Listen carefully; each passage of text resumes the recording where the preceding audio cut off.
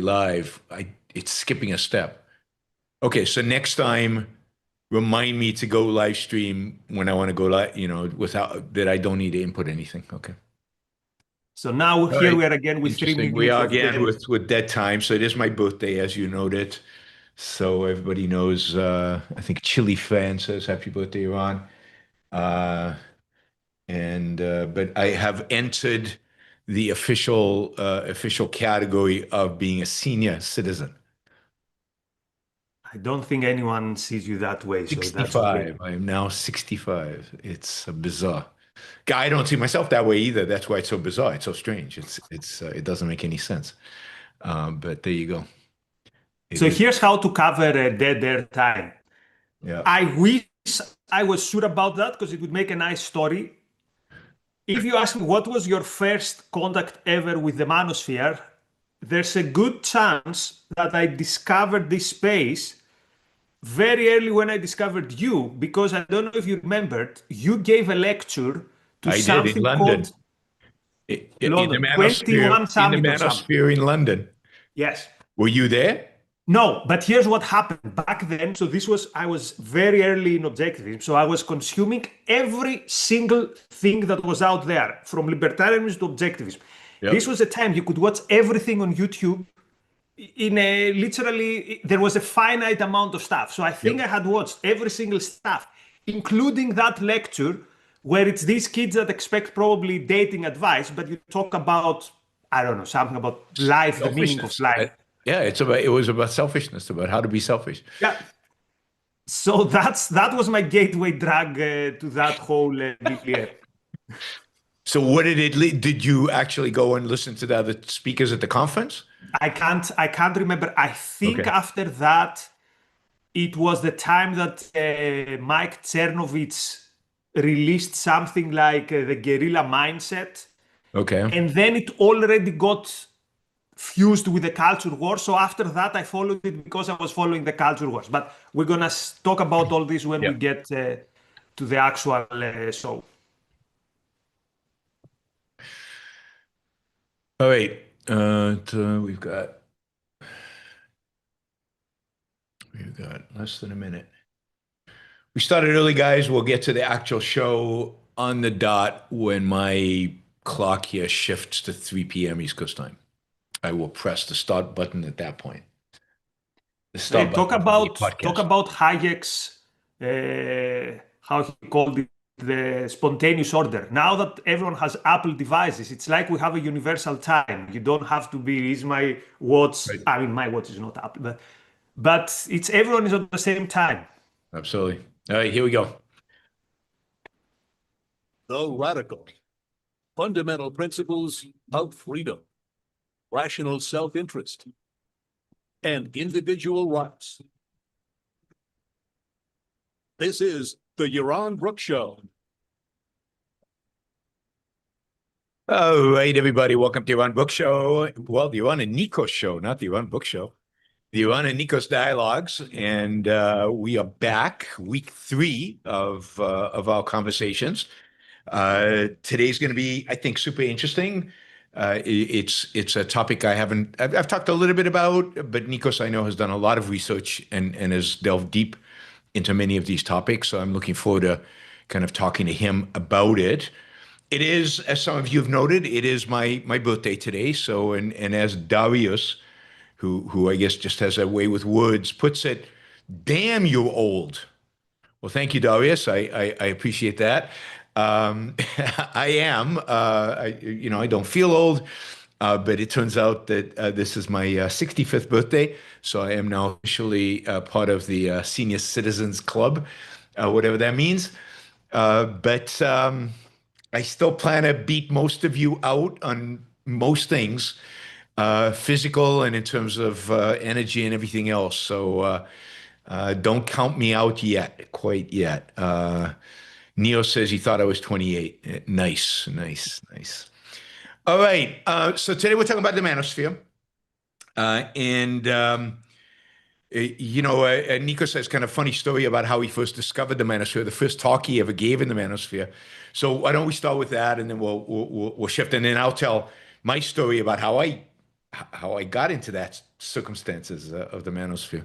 So we're some point around 2014. I have very recently discovered objectivism, free market economics. So back then, YouTube is relatively young. So there's a very finite amount of material there. So I think at that point I had watched every single Yaron Brook lecture on YouTube. There were not that many. There were probably, I don't know, 30.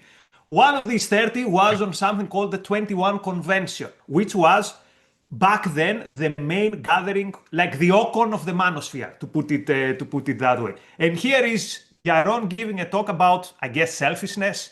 So yeah, that's my first contact, I think, with that movement, for a lack of a better word. So it was very much mine. It was my second, I think. London was my second. I think I'd given a talk for the same group in Florida, maybe the year before. And it was like I went in, I gave these two talks, and I stepped back and watched this thing go from something that looked suspicious to me to something that became unbelievably ugly and offensive. And I still get emails from the guy who organized those conferences. Anthony Dream Johnson is his name, who claimed to be an objectivist and who probably still claims to be something related to objectivism, but started to distance himself. We obviously didn't connect on a number of different issues, including ultimately politics and Trump. But the whole thing looked weird because it was a conference in which pickup artists were invited. So people who are really, really good at, I guess, finding ways to engage with women and get them maybe to sleep with them. Here were exercise people and some good exercise people. That is some legit people that I ultimately followed. Some diet people, legit. I think that were doing interesting work. So a bunch of different things, from picking up to health. The audience was 99% male. There were a couple of women there.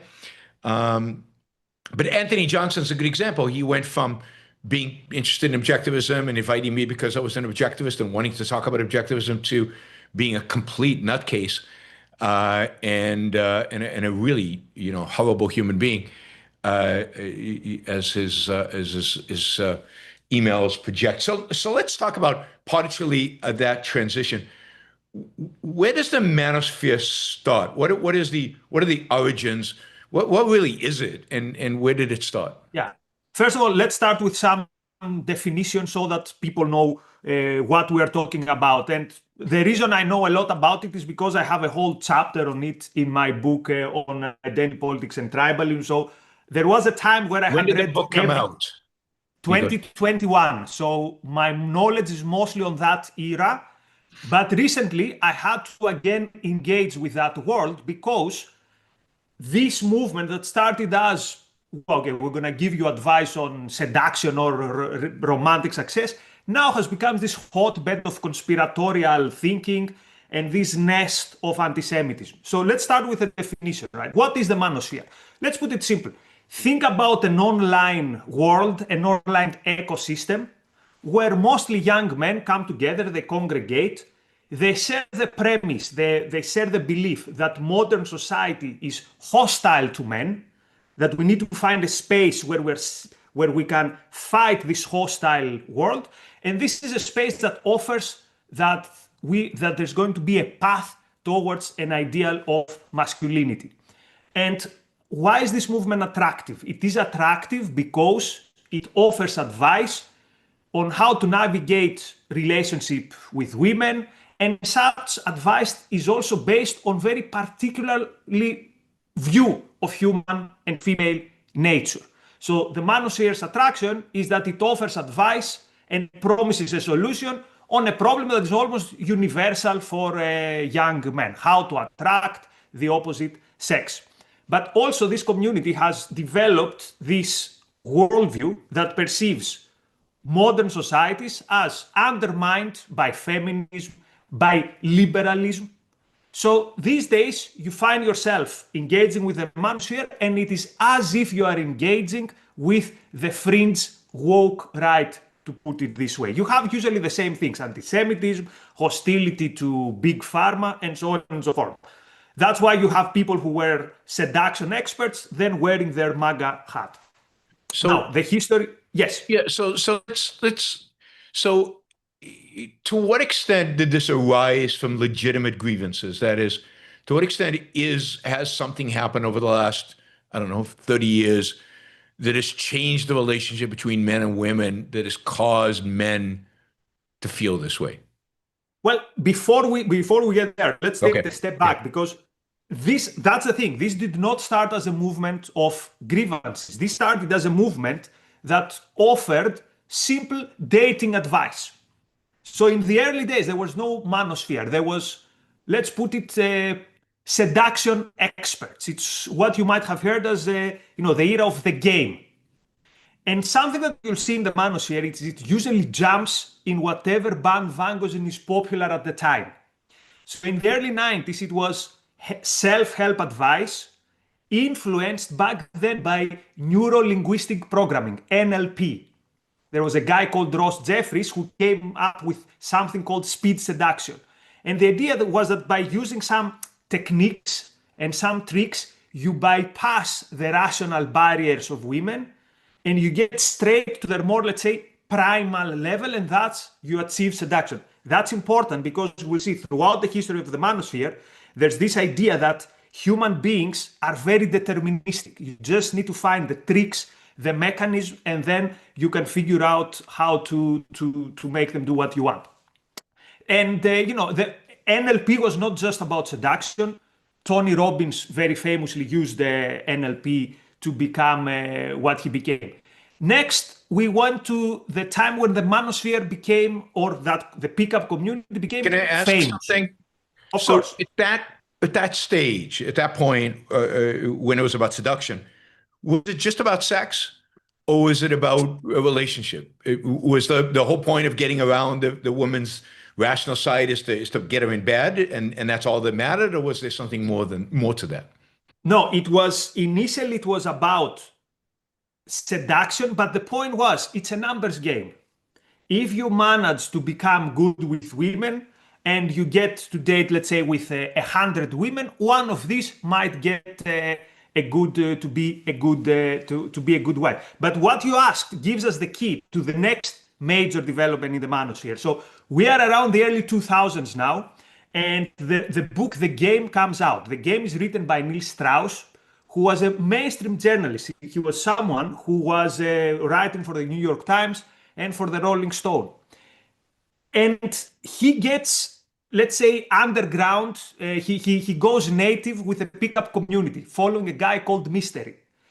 And because Neil Strauss is a very good writer, the book is a fascinating read. It's a fun read.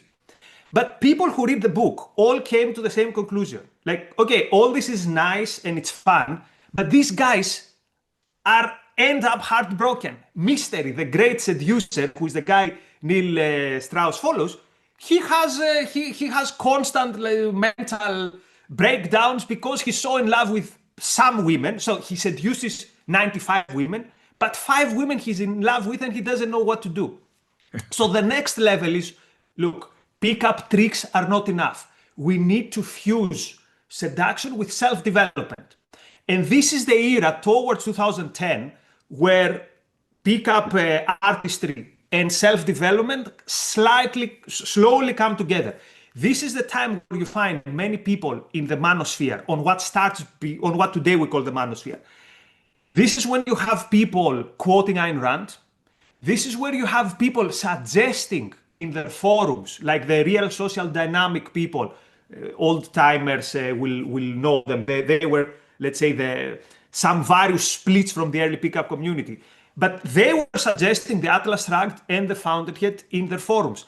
And this is the time where you can find something like the 21 Convention inviting Yaron Brook to give a talk. Because the idea is we try not only to have tricks, now we try to have this this integrated development of your character so that you can also attract a good wife and you don't just sleep, let's say, with desperate women or women with low self-esteem. And at this point, our viewer might be wondering, okay, but what does all this have to do with politics? You told us in the beginning this is about tribalism, antisemitism. How is this in any way related to tricks of how to seduce women? So in the late 2000s, there is a parallel movement growing on the side, let's say, of the PUA community. And it claims that men do not just need tricks to seduce women or even to build a good character. They also need an integrated worldview that explains to them how the world really is. They need an integrated view of what it means to be a man in the 21st century. It's like how objectives say libertarianism and Austrian economics is not enough. It's politics, it's economics, but you need something more. You need the base to erect politics and economics. Something similar happened with the Manosphere.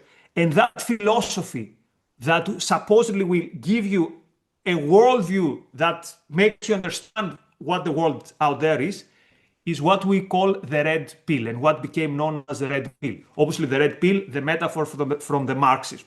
You see the world for what it really is.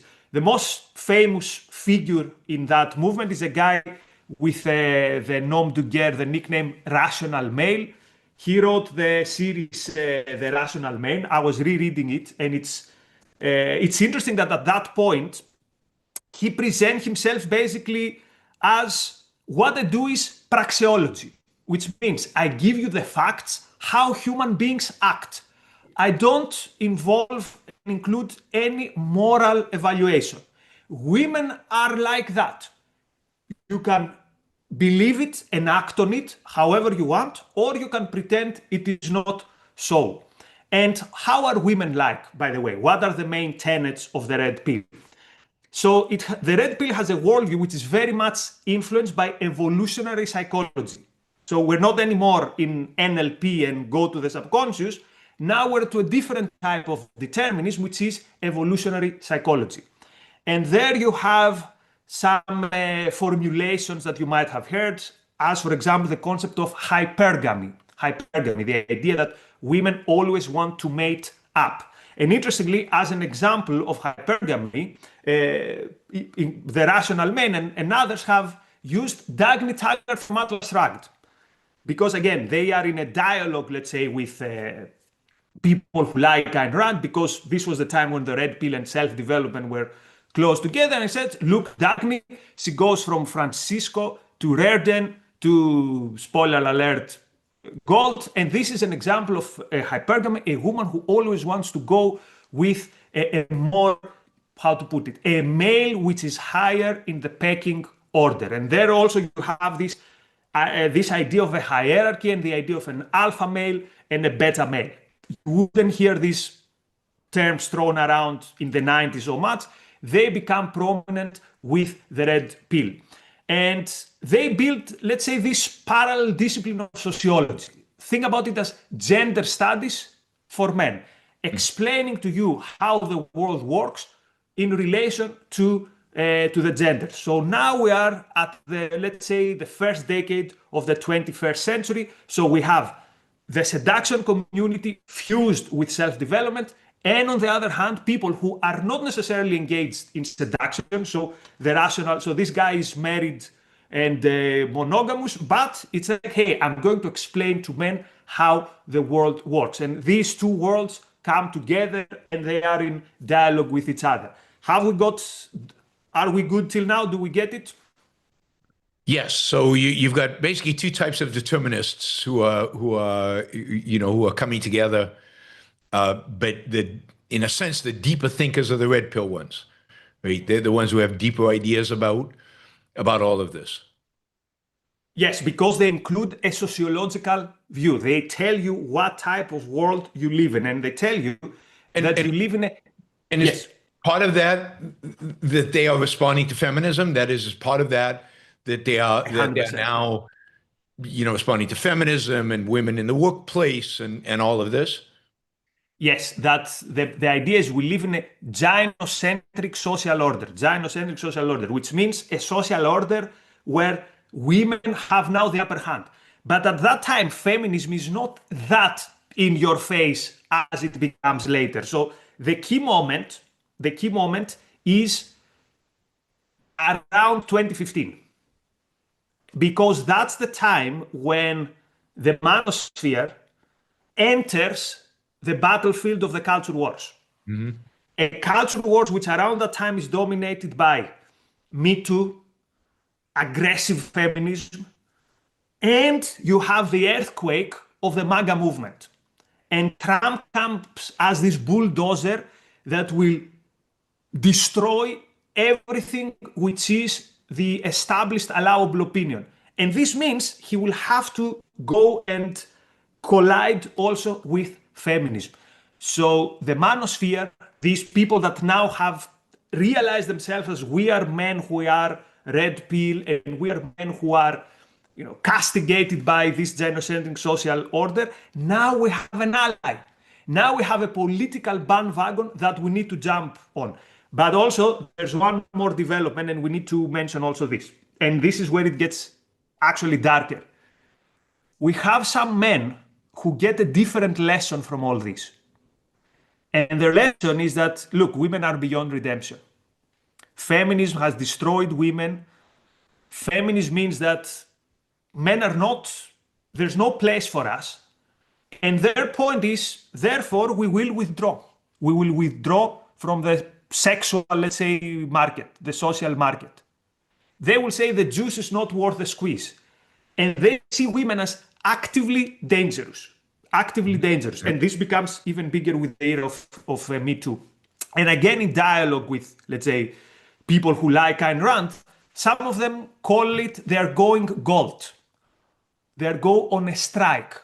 You might have heard these people as MGTOWs, men going their own way, which is, I'm not going to interact with women, I'm not going to get married, because then the state, in the case of divorce, is going to screw me. Therefore, I will go on a strike. And the even darker subcategory, let's say, or split from that, is what became known as the incels, involuntary celibate. People who internalize this identity that there's no hope for me. I am in the category of the beta males. Back in the day, women had a need for me because they needed a provider. But now, with the sexual liberation, now that women can have careers, now that the welfare state is providing for women, women don't need me to provide for them. They will go and sleep with the alphas, and therefore we are not anymore needed. Therefore, we will withdraw, but we will withdraw in despair and resentment. And I'll tell you one thing, Yaron. I've had viral videos in favor of Israel.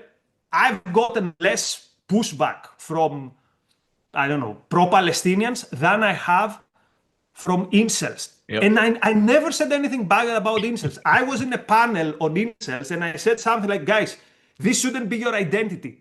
You can do more. Like, life can be better. Yep. And the amount of it's a, I don't know, I'll call it dark energy. You'll understand. I'm not in a, this resentment, this like, it was very sad, and it was actually, sad.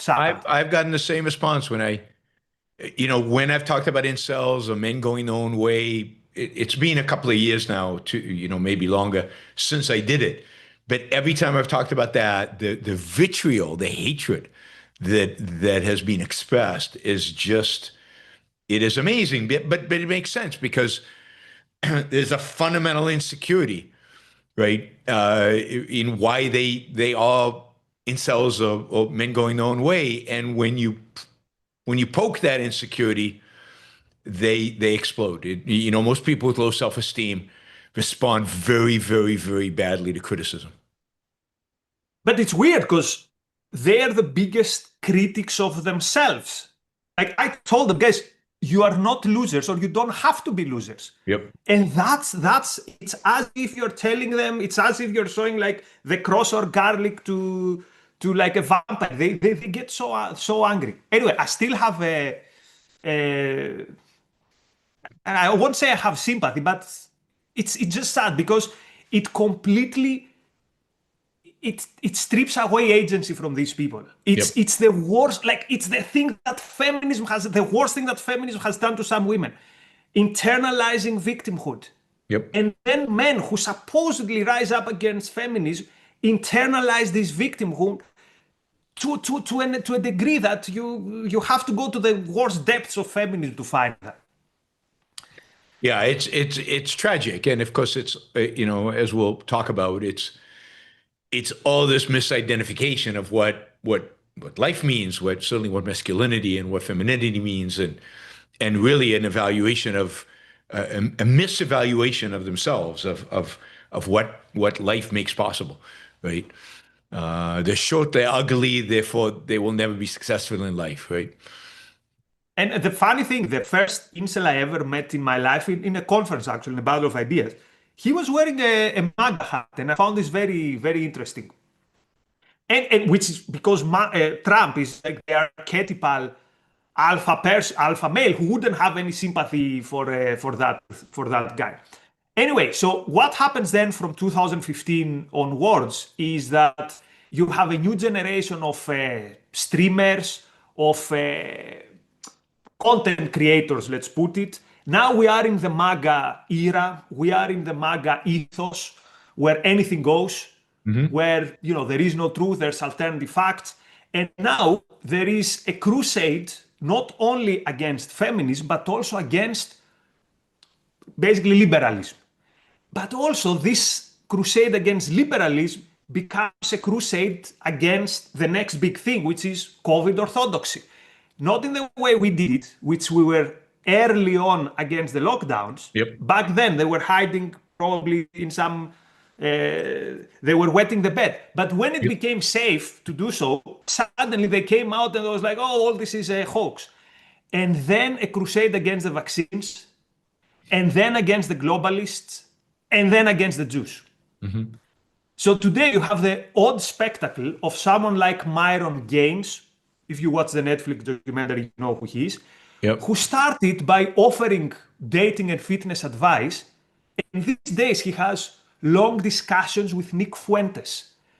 And the question is, what does Nick Fuentes have to teach you about dating and fitness? Well, being probably a man. Not much.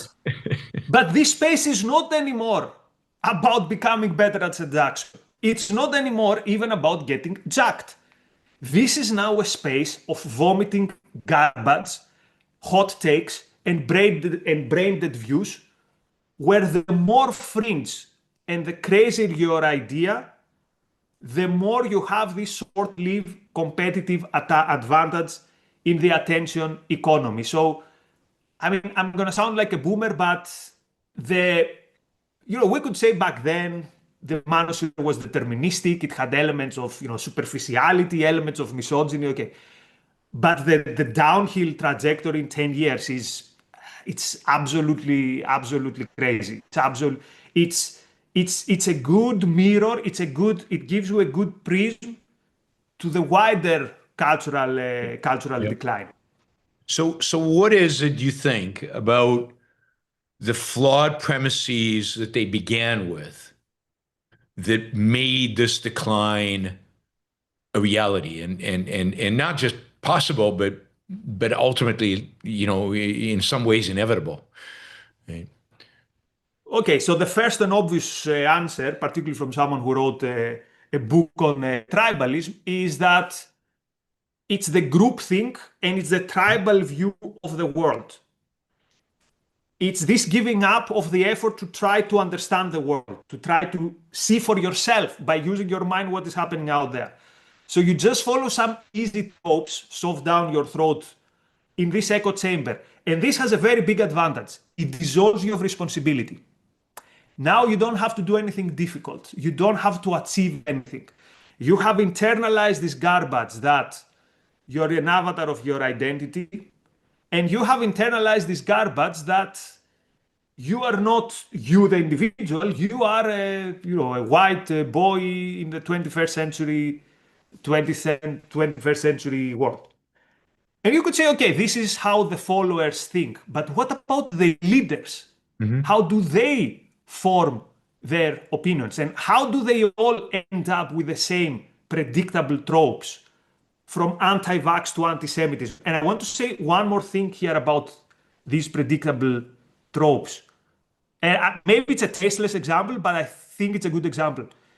If you see what type of conspiracy theories they believe, it's a bit like, and we know this with facts, the degeneracy that people go after when they, if you see what people search in porn these days, they go to more and more degenerate stuff. Yep. Why? Because when you're hooked to degeneracy, now the previous degeneracy is not enough. Yep. And the same thing happened with the drug addicts. Like now, I don't know, marijuana and alcohol is not enough, you go to heroin. The same thing happens with conspiracy theories. Now it's not enough. The Pizzagate, that's not a good hit. Now the vaccine thing is not good enough. Now you have to go to the Jewish question. Now you have to go to the Holocaust denial. Now you have to go to Hitler was a great leader for Germany. Because your mind is so destroyed that you need this extra hit of what? And here we get to the question, how do they form these views? They form their views via contrarianism. Our views, and our viewers need to get this because they will understand not just the manosphere, they will understand way more. Yeah. Contrarianism is, let's put it, the final boss of tribalism. So the tribalist asks himself, how does my tribe think? And then adopts the same position. The contrarian takes it a step further. He does not ask, what does my tribe think? He asks, what does the opposite tribe believe? And then he adopts the opposite view. For example, globalists like Ukraine, therefore I'll be with Putin. The liberal elites told me that the Holocaust was a bad thing. I will say that the Holocaust either did not happen or the Jews had it coming. Yep. My teachers told me that Hitler was the bad guy in World War II. I will believe Hitler is a good guy. So this is a moral degeneracy which, actually, I don't know what's beyond liking Hitler. I don't know what's the next step of degeneracy. But yeah, I see it as this example. It's contrarianism that needs a more potent drug, and it will go for whatever drug will give it this I don't know how to put it, this dopamine fix. It's interesting that it always ends up with anti-Semitism, right? I mean, it always leads towards that, right? If you go back to the 30s, or if you go back even in the 19th century, it seems like this chain of thinking, well, it's not really thinking, this chain of emoting, ultimately gets them to the ultimate conspiracy, which is the Jews did it, seems to be kind of at the heart of all conspiracies in the Western world. It's I think it's so deeply ingrained culturally in, you know, going back to the story of Jesus that it's the original conspiracy theory. It's the original. It's where it all starts, and they always gravitate towards it. So let's step back a minute and ask the question.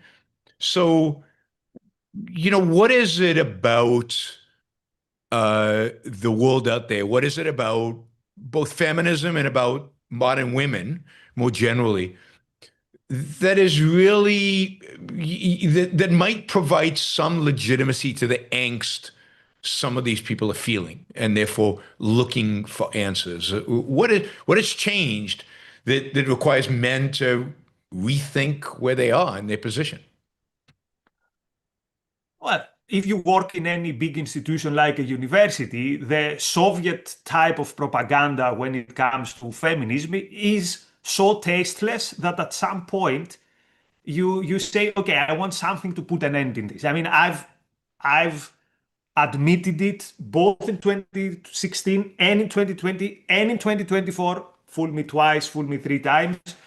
I thought that Trump in all these times was the lesser of two evils, particularly while I was in academia, because it was so bizarre, disgusting, and actually suffocating intellectual environment where I went to, the easy option, whoever is against this, please someone put a stop on this. Please someone put a stop on this. Yep. Like Yep. having to, if you teach in social sciences and half of the curriculum is gender tribalism crap, you want to have something to revolt against this. Now, also, it is not a lie that there is no, let's say, celebration of masculinity in the culture. Like it's very rare that these days you find TV series or films where there's a healthy male character who is, let's say, a good example. Well, to give a positive example of this, many people these days, they remember the film Master and Commander, which shows a white guy who is a good male role model. Now, I don't think this is that rare. For example, you could say Interstellar had a good male role model. James Bond, but it is not, mostly you get all this about femme power and all that. And people found all this indoctrination, they found it of bad taste. But I think the biggest damage that feminism has done is that it passed this victimhood mentality also to men. So this is the biggest damage of feminism. It's not that men don't have promotion opportunities in the workplace. It is that we have bought into this victimhood mentality. We have bought into this. I have no agency. The world is doing things to me, which is so unmasculine, right? It's like the idea of masculinity is you impose let's say, your will on nature, you impose your will on the universe. It's like this line in The Fountainhead where Howard Rourke says to Cameron, asking like, "What do you want to give to be an architect?" And he says something like, "I love this earth. I can't stand it how it is. I want to change it." I'm paraphrasing. This is what has been missing, and one of the reasons it has been missing is feminism. Not the only reason. It is generally that we have lost this idea of agency. We have lost this idea that I can do things. I can create new worlds. I can start the world, as someone, I think, who's actually in the Manosphere has put it. Like this is exactly what has been missed. But how do you view it? What do you think are the grievances? It seems that what has been missed is the ultimate source of values, and which is the human mind. So men could get away with being physically stronger with women, gave them a certain advantage in reality up until, I don't know, 100 years ago. And women needed to be protected, they needed an income, and men could get away with just being physical. And once the job market and the world became much more focused on the human mind, and politically, women were free to go on their own and go into the workplace. Suddenly, the men who neglected the mind suddenly realized what an inferior position they're in. Not only they're now competing. Now, women don't need them, indeed, because they don't need the physical strength, because physical strength is not as important in the modern world as it was in the old world. And they refuse to, and there's a lot more competition for jobs because you've got more people entering the market. And if our educational system has de-emphasized the mind, and you still hold on to, I think, what are older views of masculinity as being physical, as it's all about physical strength, then you are lost. You don't know where to go. You see women doing better than you. You see other men doing better than you. You're strong, but that doesn't seem to get you anywhere. That doesn't seem to. This is part of the manosphere, right? They taught them how to get strong. They taught them how to eat healthy. But what didn't they teach them? They didn't teach them how to think. They didn't teach them how to reason. They didn't teach them the actual tools that lead to success in a world oriented towards the mind rather than towards muscle. I mean, that is modernity. Modernity, the positive modernity is The mind is what matters, right? You know, this is the whole thing. We've replaced muscle with machines, and what is, you know, most valued now is a mind, and a lot of men have been left behind by that, and I think they're super frustrated and they don't know what to do with it, and they're intimidated by smart, successful, ambitious women. Because let's remember, feminism, first generation feminism, let's call it, or whatever, actually did liberate women to go out there into the workplace and be successful and achieve stuff for themselves. And men don't know how to deal with that. They haven't learned how to deal with that. And the Manosphere didn't teach them that. But It still then this wanted to would treat mean, women as helpless, you know, maidens looking for a strong guy to come swoop them off their feet. but if this is the case, then these men had the wrong view of masculinity, because already from Homer's time, the ideal masculine image is also that you are a man of the mind. What is the nickname of Odysseus? I have the Greek thing, polymechanos. This means someone who is very good at thinking. Yep. Or even if you go to a more, let's say, universally traditional positive male model, the novel Sane. I never pronounced it right. You know what I mean? Shane. S-H-A-N-E. Yes. S-H-A-N-E. The first thing that the kid notices about Sane is his perceptiveness. Yep. Sane is not huge. I mean, he has this edge of violence in his aura, but he's perceptive, and it reminds me a lot of a Randian hero. So this idea that, yeah, masculinity is just about, you know, you're jacked or you can beat people up. Usually Andrew Tate, whenever someone disagrees with me, is like, okay, come in the octagon and let's fight it out. Yeah, but exactly. even with male symbols that everyone would agree, this is a healthy example of masculinity, like saying, always they are men of the mind. I mean, Achilles is a man of the mind. I can't think of any traditional, or even Hercules uses tricks. But you have to read that maneuver. into it, right? The thing that makes them heroic is their courage and their strength. And, you know, you can see the mind, and the Greeks, right, writing this. So, you know, classical Greeks is all about the mind. But and this is why, for example, what does the modern new right elevate, right? At least at a certain extreme of it. It's the Bronze Age, right? Bronze Age pervert, right? And what's the Bronze Age? It's pre-Greece. It's pre the discovery of the mind. It's pre-philosophy. It's pre-ideas. It's pre-thinking. It's Conan the Barbarian.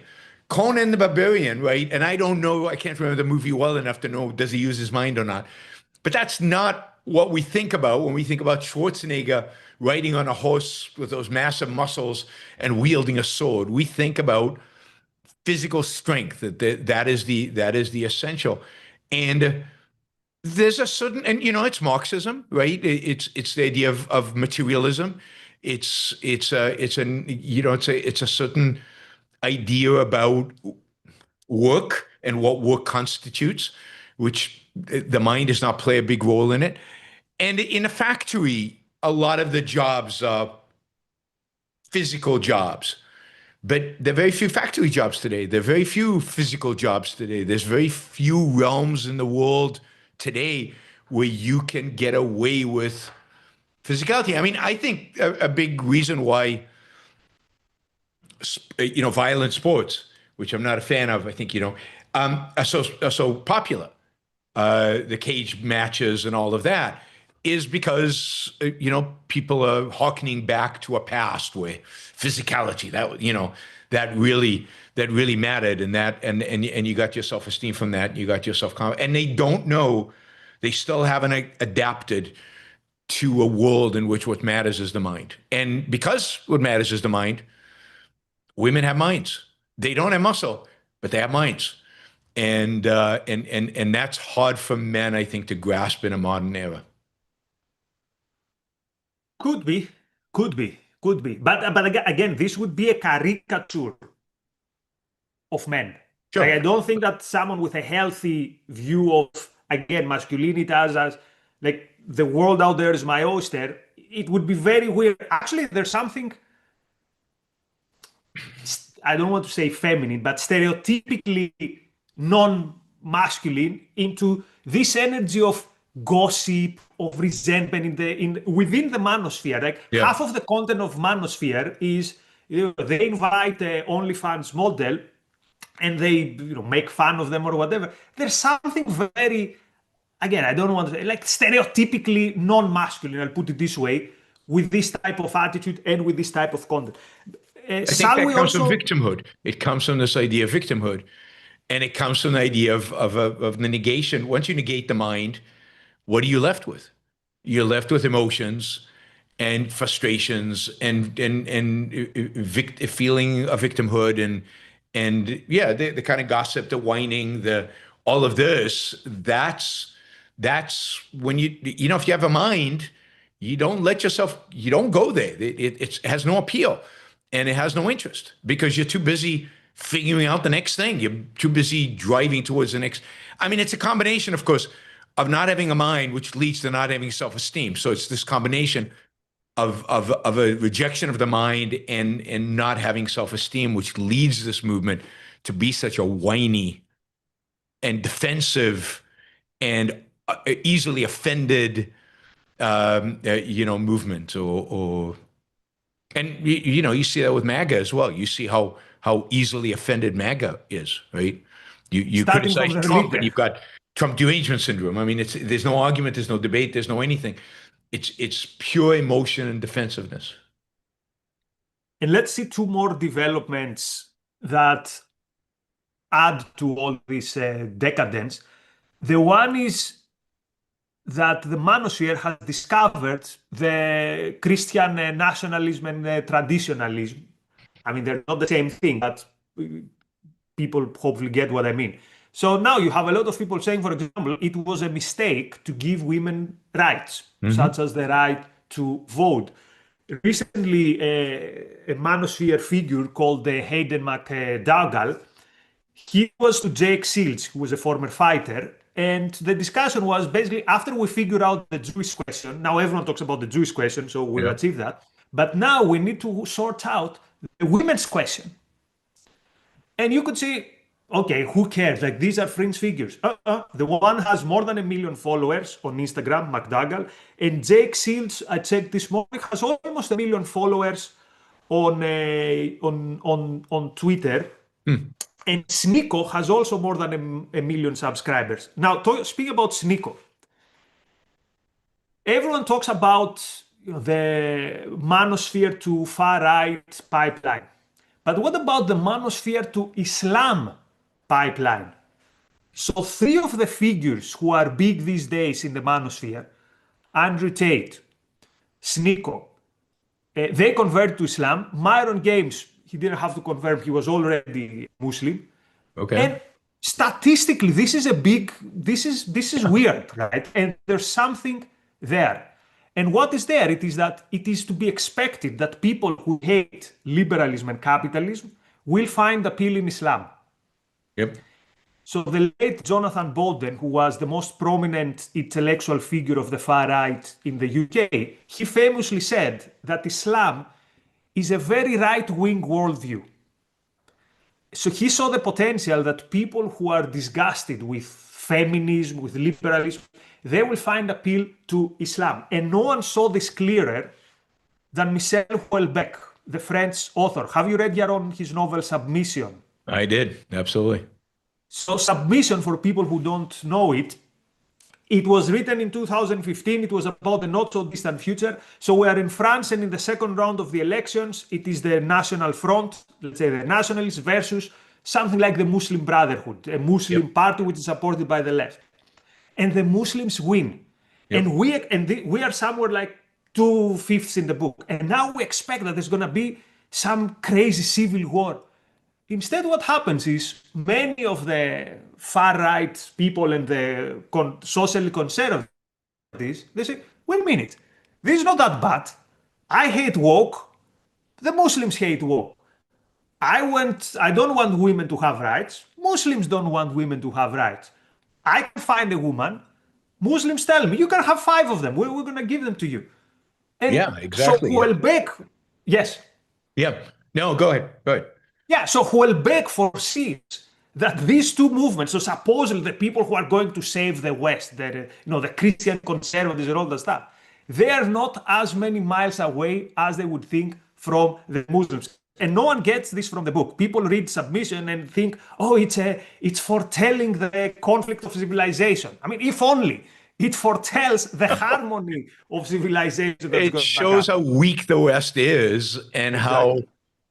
how as soon as Islam shows its strength, they all capitulate. And part of the attraction is, men's distrust and suspicion of women, and yet their need for women. And this, I mean, here we're talking about the hero in quotation marks of the novel is an intellectual. He's a professor at the university.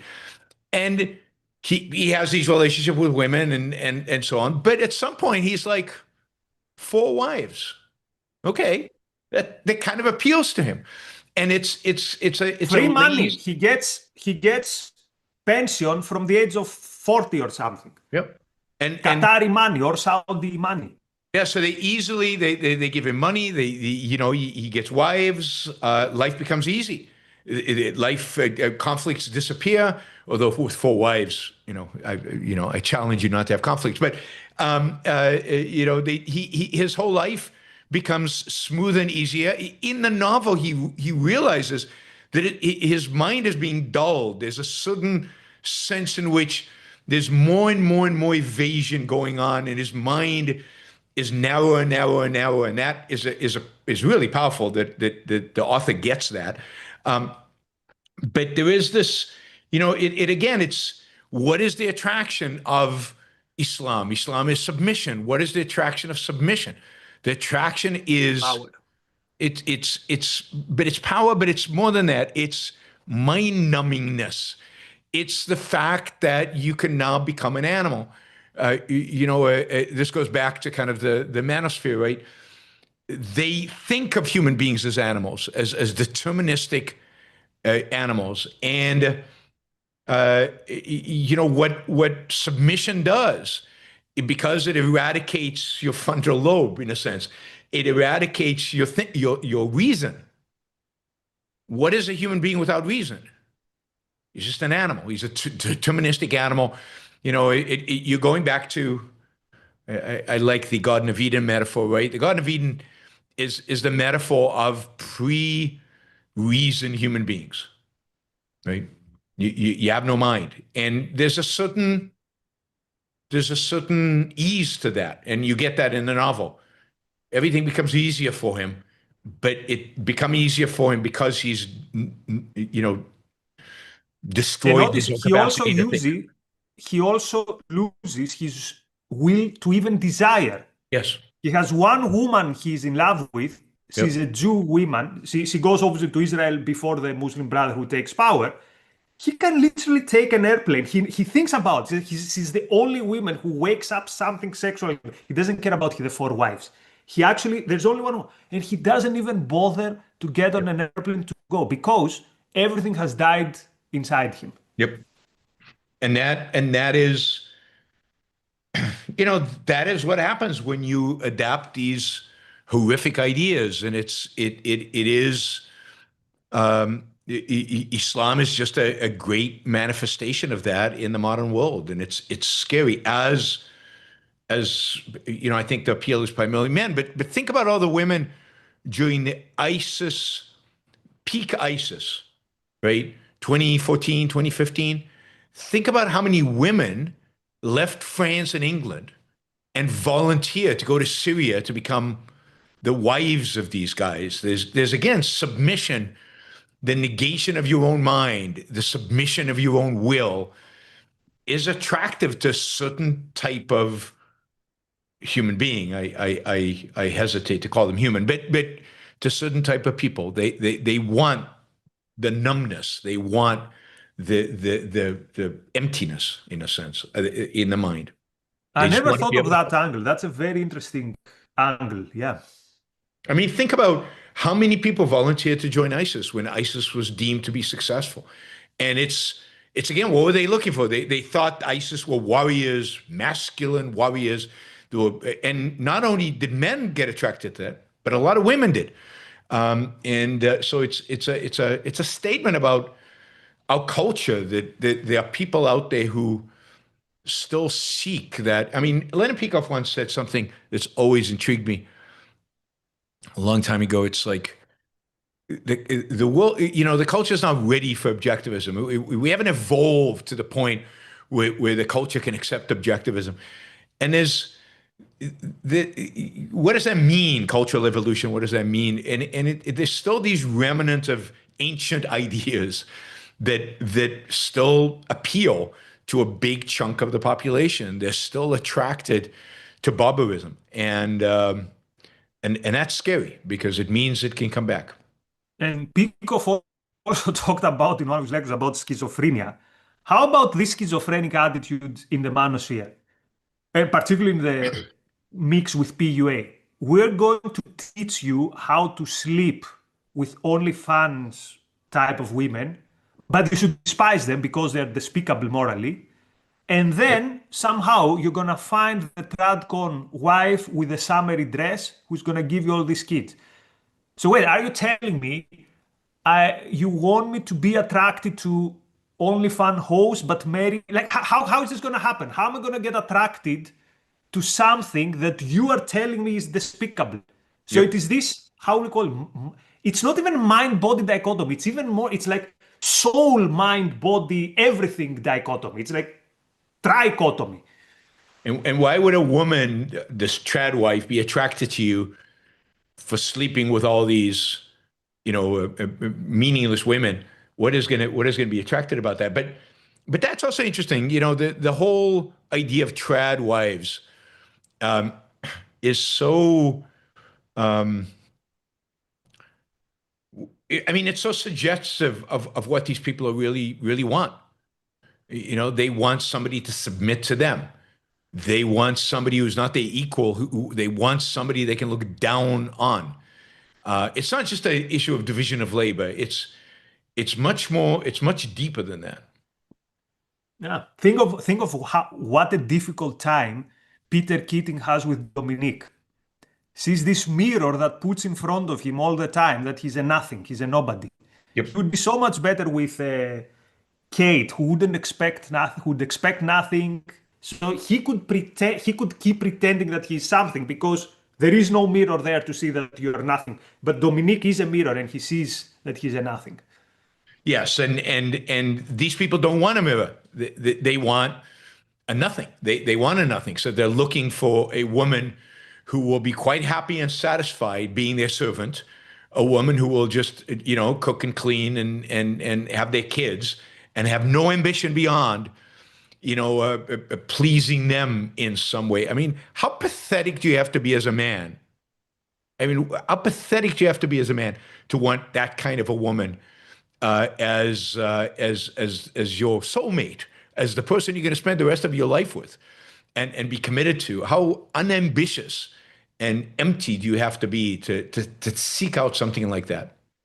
We're being called communists for having this view of men on the chat. Communists of all things. Yes, because we believe in equality of men and women somehow. I don't know. No, we believe in the inequality of the person who expects that he's going to find a woman who's going to give him this egalitarian free pass. Yeah. That, I'm gonna admire you even if you haven't done anything admirable, and you should expect my admiration no matter what, even if I'm not admirable. So that's actually egalitarianism and nihilism.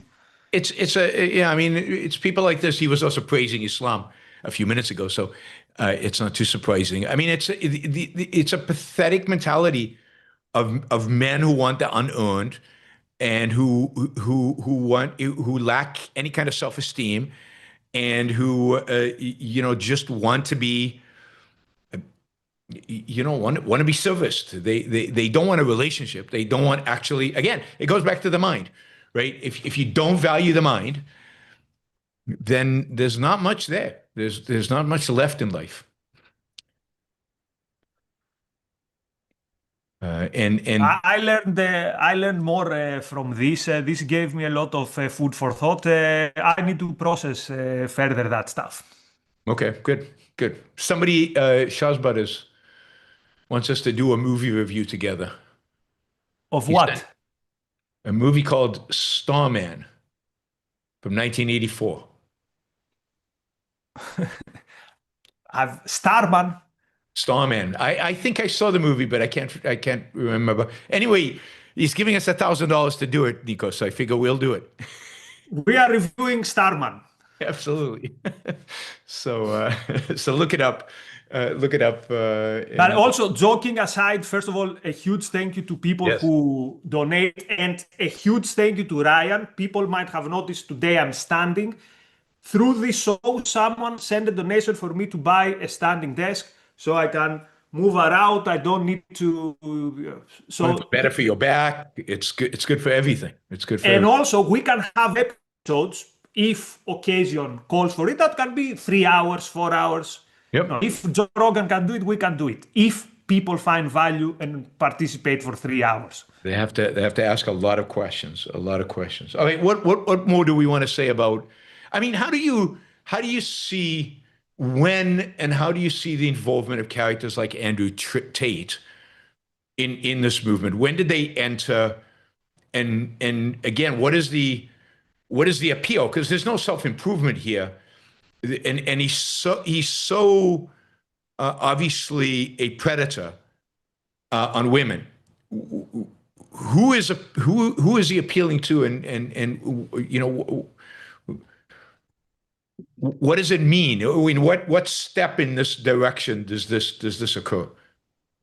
Yes. So Andrew Tate enters the scene in the post-2015 era. So this is the time where the Manosphere is not anymore just about dating advice or self-improvement or even the red pill. Now it participates in this attention economy and it participates in the culture wars. So Tate has some things going on for him. First of all, no matter whatever we say about his character, he has charisma and being funny and all that stuff. So in the attention economy, he's geared to do well. But even with Tate, there is a trajectory where you start from being a funny guy who says edgy things, then you push a boundary with misogyny, and then you go to deeper and deeper and deeper and deeper and deeper and deeper paths. So the question is, what do people find there? I'll try to stillman it, and you saw Tate sooner than I did. I remember me and you around 2020, we would disagree. I would say, come on, it's not that bad. It's just a fun, provocative guy. You had seen things back then that I hadn't seen. But probably people, it's so rare these days to find someone who says, you know what, I'm proud for my achievements. I'm proud for my wealth. I'm proud for me being physically fit. I'm proud for being ambitious to make money to conquer the world.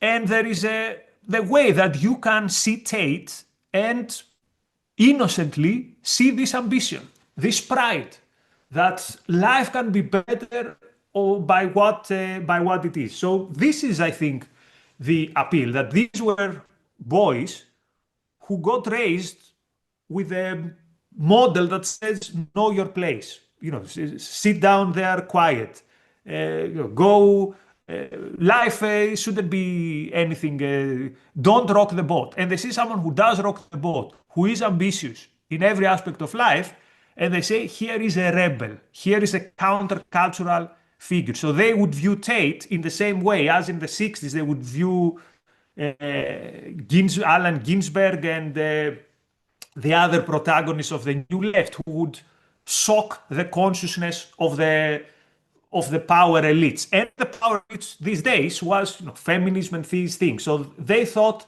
here is a rebel. And again, being funny and being all that stuff, knowing how to use social media, this helped him. This is how he found himself in discussion in the content economy with the Manosphere figures and becoming himself one. And when it becomes clear that he is abusing women and treats them like flesh and nothing more than that. Does that hurt him in the manosphere? Does that actually raise his profile? But that Well, the thing with Tate is this was never quote revealed because he was very open with all this. So again, the question is the level is so low at this point that anything goes. If Tate goes, if Holocaust, so let's put it different. If Holocaust denial goes, why wouldn't Tate fly in this space? If now we are seriously having podcasts watched by millions of people where we're discussing the Jewish question, Tate is it's 100% to be expected that he's gonna be a towering figure in this milieu. He's actually way more articulate than a lot of Holocaust. Although himself, of course, he was actually the first who was pushing the boundaries, mentioning the Jews and all that stuff on Twitter when no one did it. So he needs the extra moral culpability of he being, let's say, the advanced troops that attack that territory, and then the rest see it is safe. Now we can't talk about the Jews. And then they also, the infantry, let's say, follows. But Tate was the advanced troops. But it seems to me like before we got to the Jews, the first step was diminishing women. That a step one was to make women into this, mindless and easily to exploit and okay to exploit thing, right? As Tate does, lie to them, whatever it takes to have sex with them, it doesn't matter, and that's the nature of them, and that's you're not doing them harm because this is what they were built for, kind of attitude to dehumanize women, and people who are attracted to that, then dehumanizing Jews on top of that, is not that big of a deal, right? Women, in some sense, are closer to most of these people who probably never met a Jew than Jews are. So it's a process of dehumanizing, and again, to me, it's a process of taking the mind out, and the negation of the human mind. That is at the heart of it, and of course, that's at the heart of tribalism, right? If you go back to your book, right, what's at the heart of tribalism? It's the individual human mind is irrelevant. It's you can't discover truth by yourself. You can't know anything as an individual. Reason is the biggest problem with tribalism is it makes you stupid. It literally makes you stupid because it takes away the one thing. And let me take it further. I think it makes people like Tate, who start with some ambitious, spark. I think he's way more stupid today than 10 years ago. How can you spend your life, even if you don't believe these things? Sometimes I think this about Alex Jones. Like, I wonder, does Alex Jones believe these things? Because he seems to me, or Tucker Carlson, does he believe? But the thing is, it's a bit like Batman and Bruce Wayne. When you wear the costume of Batman for so long, at some point you become that. So at some point, it doesn't matter whether Alex Jones believes these things. He lives in that world, so he does become this low intelligence person, even if some years ago you could say he's a clever guy who's just grifting. So at this point, it doesn't matter if they're grifting or if they believe these things. They have destroyed, first and foremost, also their own mind. They've burned their own brain cells. Yeah, and it's a crucial point. Immorality, we talk about lying being bad for you. Yeah, this kind of behavior is bad for you. It's unselfish. These people are viewed as selfish, but it's self-destructive.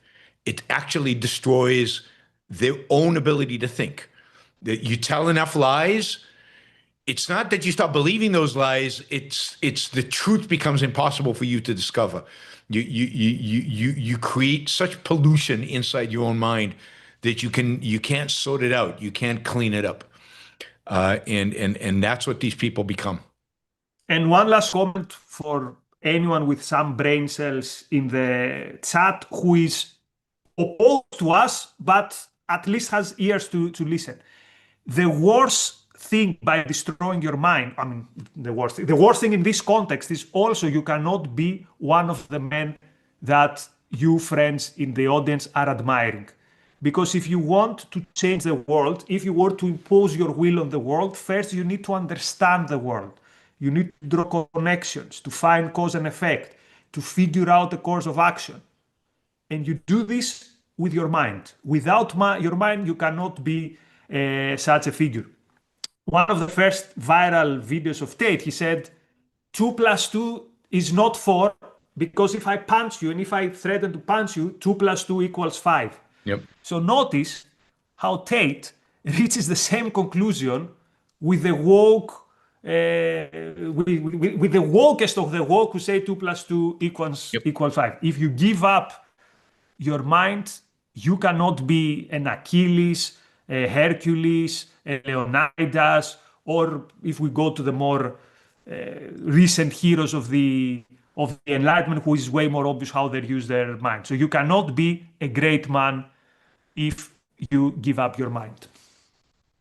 Yes, and note how visceral that is with Tate. That is, if I punch you, physical force negates reason, right? And that's exactly the point.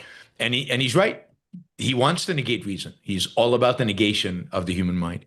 So just to end kind of our segment on a positive note, and then we'll go to the questions. How would you describe a rational masculinity, a proper view of masculinity?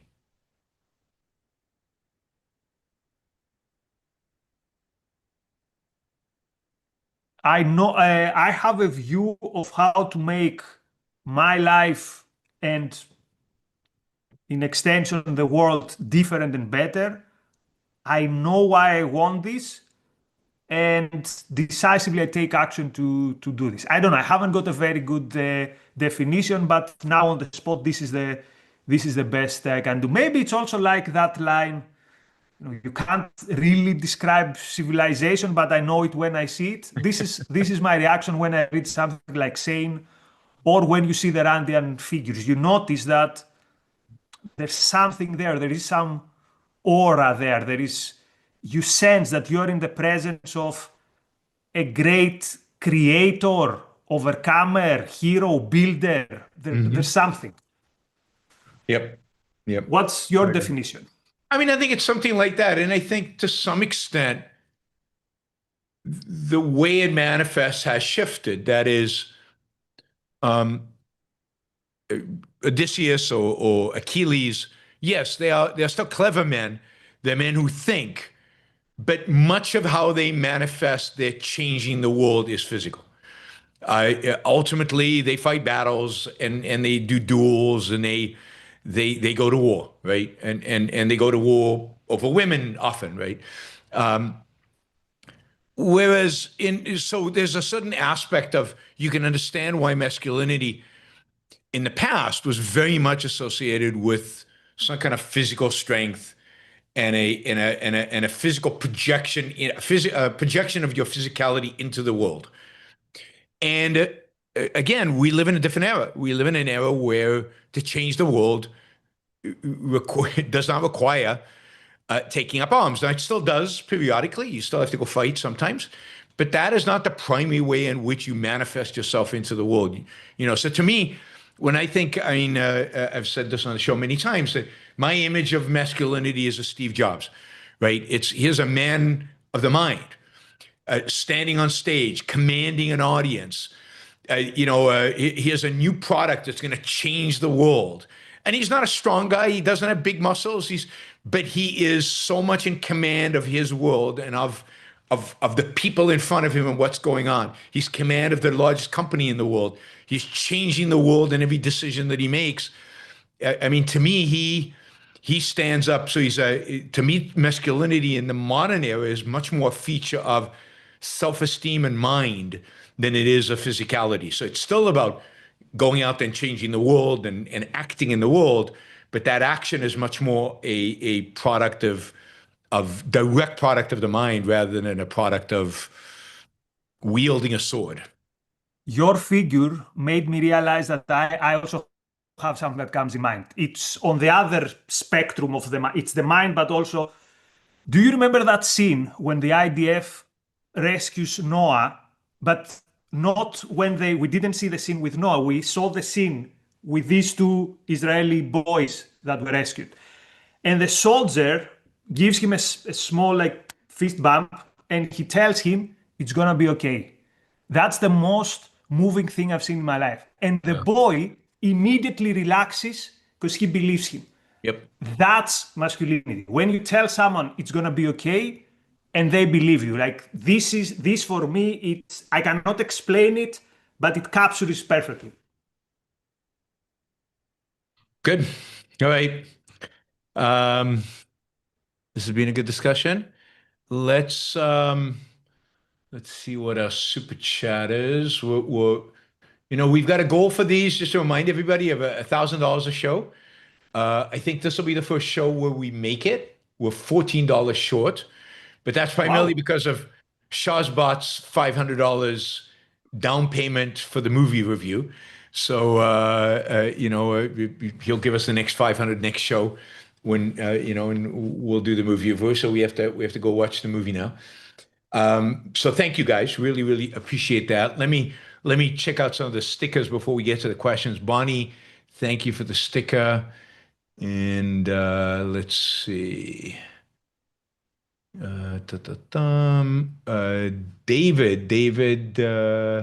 David, thank you for the 50 pounds. That looks like pound sterling. Appreciate that. Thank you.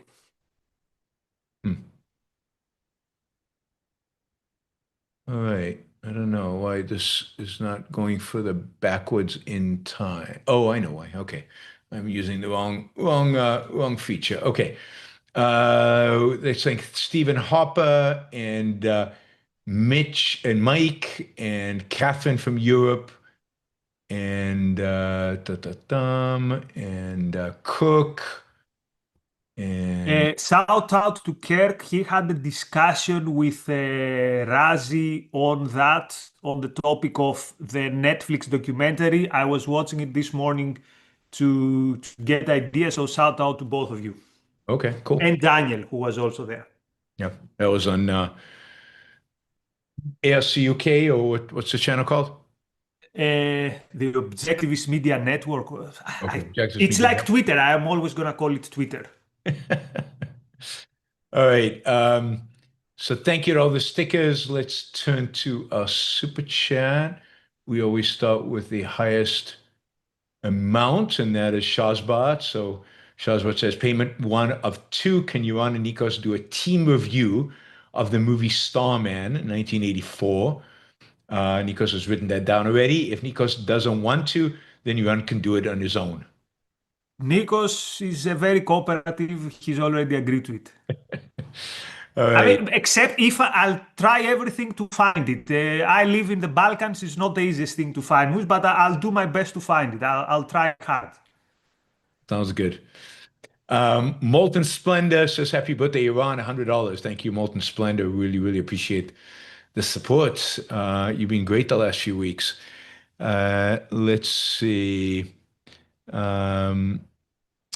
Michael, is it possible we see the first laissez-faire country in the world in Asia? But if it won't have political freedom, because like a Singapore that goes all the way in an economic freedom direction, but maintains some form of monarchy. Well, we've seen it already, but I don't think this is very sustainable. But you know these things better. You've literally been there. Yeah, I mean, it's possible that we'll see the first laissez-faire country in the world in Asia. It could be anywhere. I don't know. It's going to be a long time from now. I don't expect it to happen anytime soon. So it's hard to project into the distant future, and it's hard to tell where ideas will have the most impact. But it's certainly possible that it happens in Asia. There's certainly an entrepreneurship and even a sense of life that some Asians have that is very much compatible. Look at Hong Kong. Hong Kong was close to that, certainly as laissez-faire as any country was in the 20th century. It wasn't perfect, but it was close.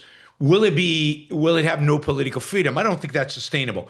If people who are free want to be free, period. They want to be free all the way through.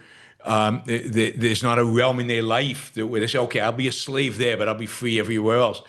I don't think that's acceptable to people. So while it might start off that way, it might be a while originally that way, I don't think that it'll last. I think ultimately, whatever country becomes laissez-faire will become laissez-faire all the way, and include political freedom. Think about it this way.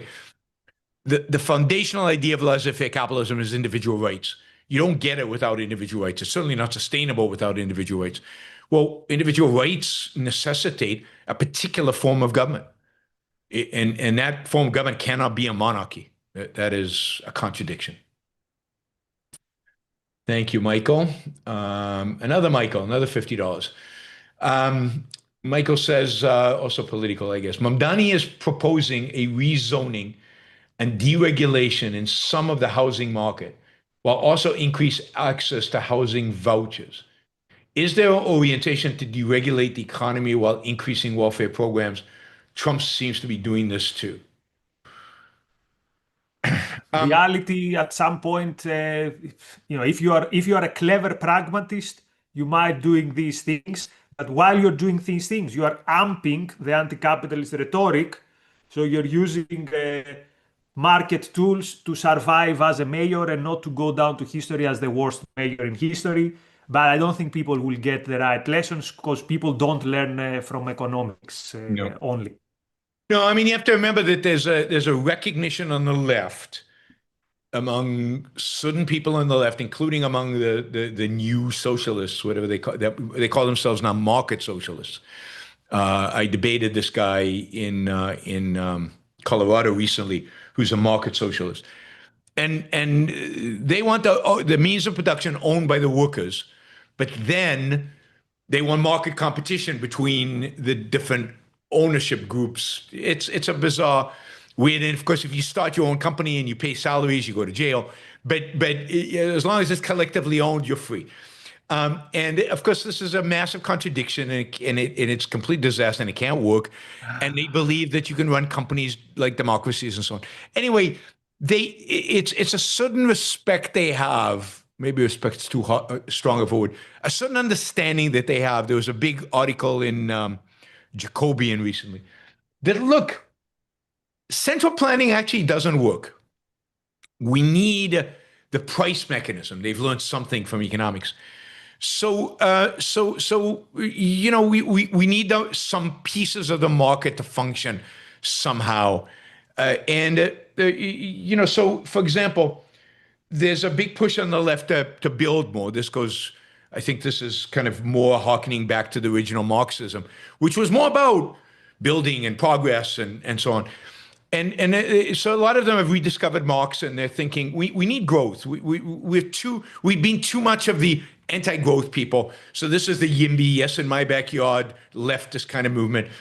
And yeah, we kind of need markets to do it, but we don't want the greedy capitalists to really enjoy too much of this. So we need to incentivize them to build. This is this idea of rezoning and increased market access. But then we'll impose rent control on them, and we'll subsidize the rent for the poor people. And that way we'll cap the entrepreneurs' profits. And they don't quite get that if you have rent control, you don't have the incentive to build. I mean, they can't think it completely through. So they want to have their cake and eat it too. They want the market somehow to function, to give them the golden eggs, right? They want the goose to lay the golden eggs, but they also want to take the eggs, and they think the goose will never learn. So it's this weird dance that they're dancing, where they're socializing pieces and they're freeing up other pieces, and it's all going to be a disaster. And at the end of the day, they'll blame the parts that they freed up. They'll blame the capitalists for it. And the very funny thing is, all these people who, of course, don't know history, they think they're the first one who thought of this. Yep. As if this was not the model. The whole model of socialist Yugoslavia was exactly this, that the production units would have some independence, similar, and you would have some type of market. How did this work out? They tried it also in Hungary. After 1956, decade after decade, Hungary was of the more quote-unquote liberal socialist socialist countries of the Warsaw Pact. It didn't work. And you know what's my favorite leftist conspiracy theory? That Allende in Chile had come up with a supercomputer that would have solved the calculation problem. But then the CIA and the Chicago boys and maybe Friedman himself with a bazooka took him down because he would be the first who would have solved the calculation problem. That's why they took him down. I didn't realize that. I didn't know that Allende had solved it. Wow. That's pretty amazing. This is before AI, because now the big thing among socialists right now is the calculation problem is solved through AI, and we can have Marxist utopia, I mean, Marxist end state, without the revolution in a sense, because all we need is to unleash AI. We all get UBI. We all get, a universal basic income. The robots will produce everything. They'll create anything. And then you can do whatever you want. You'll get a check and we'll all get the same check because none of us will produce different amounts because the robots will be producing. You won't be producing. So why should the entrepreneur get a return? Because he didn't produce anything. The robots produced it. So, and the robots don't need the money. This is the beauty of it. The robots don't need the money like the workers needed the money. The robots don't need the money. So we'll all get the money. So we're all going to be rich and equal and be able to do whatever the hell we want. And all our material needs will be taken care of by robots. Just a public announcement to libertarians who base their whole criticism of socialism to the calculation problem. If by any chance the leftists were right on that, you deserve to have socialism. Because if your only problem with socialism is the calculation problem, it's like they don't talk about anything else. Hayek's knowledge problem, the calculation problem, as if this is the only problem with socialism, and not that the premise is that my life is now, I live as a slave, basically, and I don't live for my own life. So if the leftist manages to solve the calculation problem, you libertarians and classical liberals, you deserve the world that we're going to live in. Yeah, absolutely. Absolutely. All right. Okay. Michael, more Michael. This is great. When I first read Rand, I was blown away. And I'm no entrepreneur.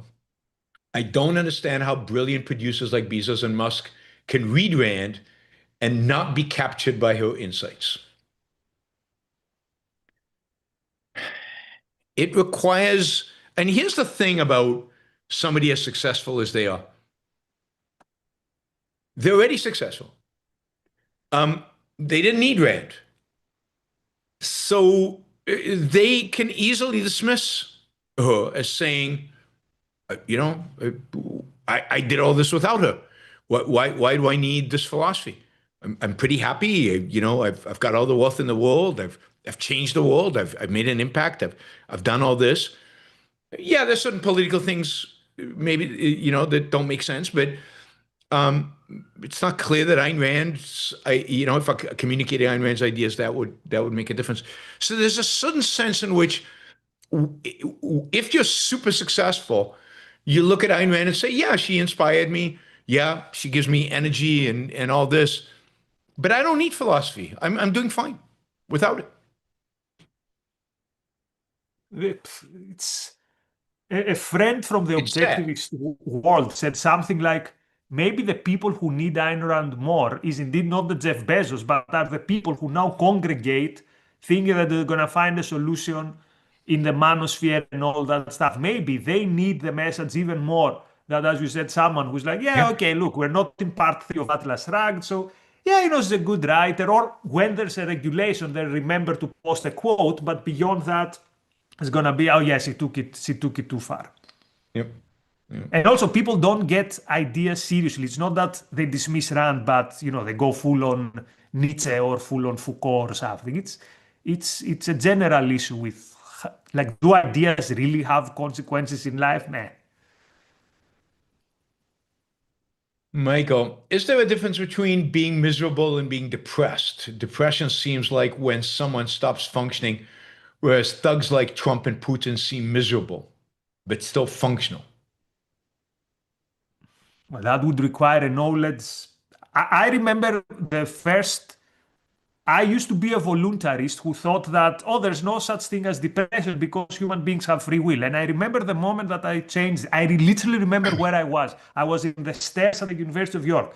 And I was listening Yaron Brook debating Gina Gorlin. And Gina said something like, no, guys, there is such a thing as depression, and you cannot control everything.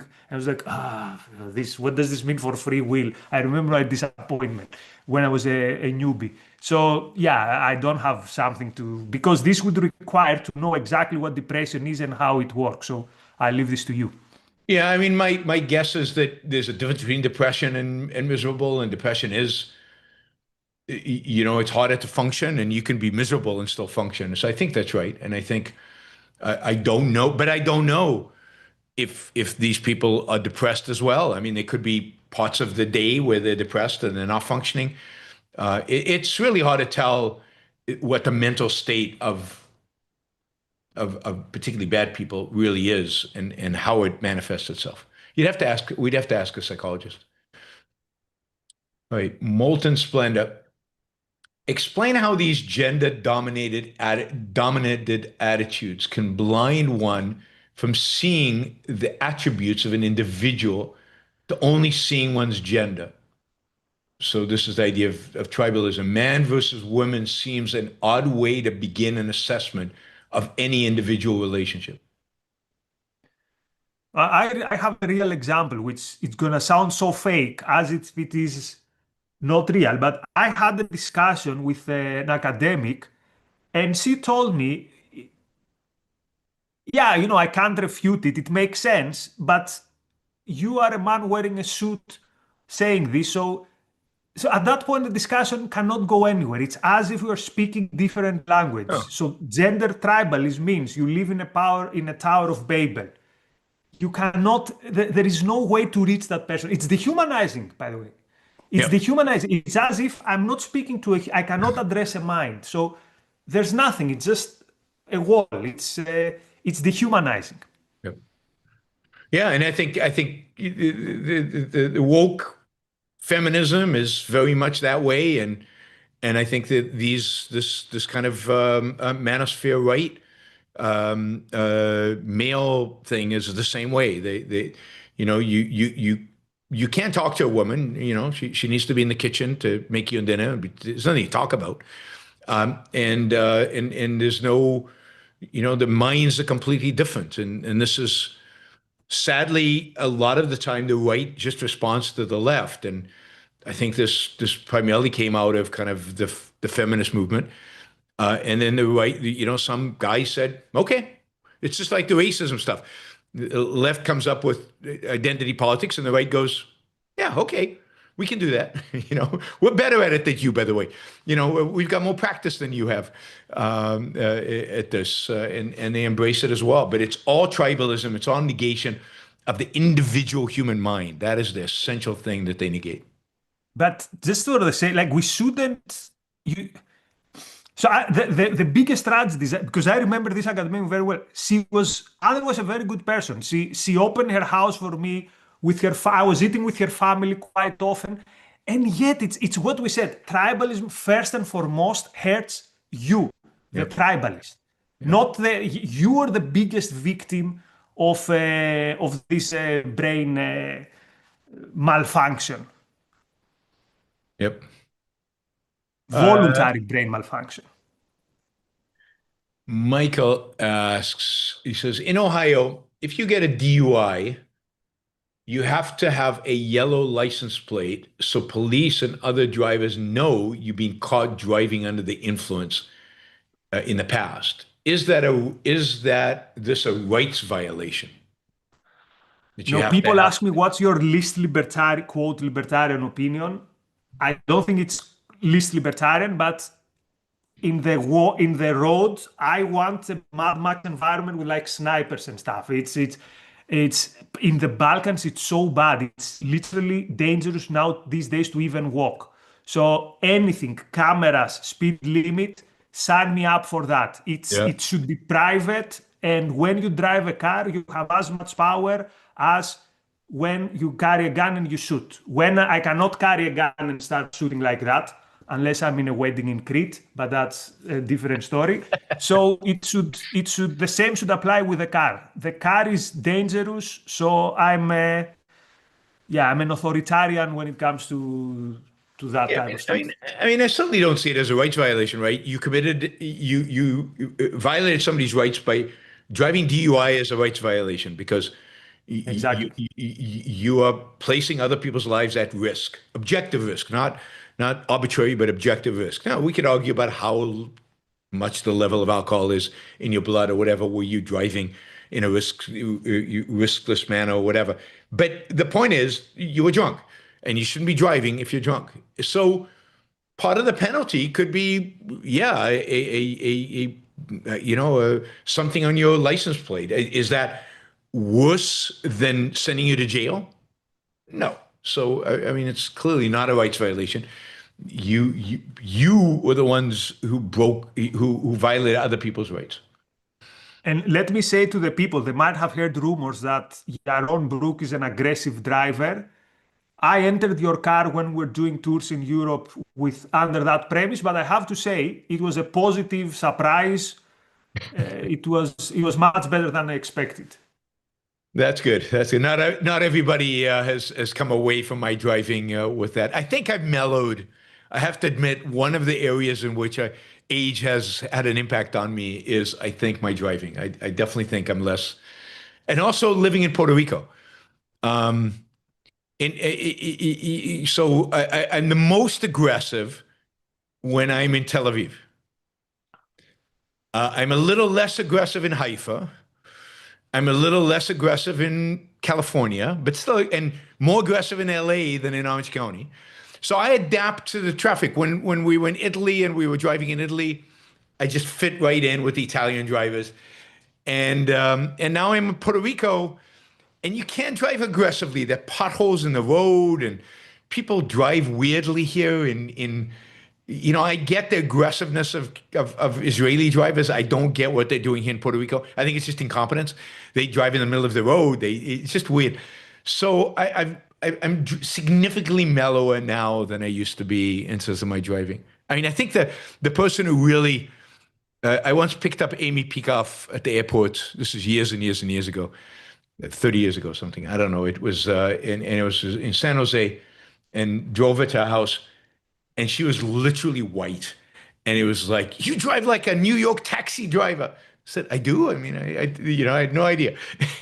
So she was traumatized, and maybe still is. But I've mellowed. But yes, we drove in Northern Europe. That's right. I think in spite of that, I think I still got speeding tickets from that trip. No, they not that. did it in the mail. Except if they came in retrospect. Yeah, retrospect, after the fact. They send you in the mail. Or they send it to Hertz because the cameras catch you. And the other thing people need to know about Yaron and driving, you have this thing where you want to beat the expectation of Google Maps. So if Google Maps says you're going to arrive in 17 means you want to arrive in 16. That's true. I didn't know you picked that up, but that is absolutely right. I'm generally very competitive when it comes to map software. I try to beat their time. All right, Adam says, traditionally, globalist meant Jews. But now we see growth in anti-globalist, explicitly tribal sentiments among religious Zionists. That is, Ben Gvir, pogroms on Arabs, etc. How do they, whatever the contradiction, they're religious Jews. Why do they have to? Why do contradictions bother them? Why would contradictions bother them?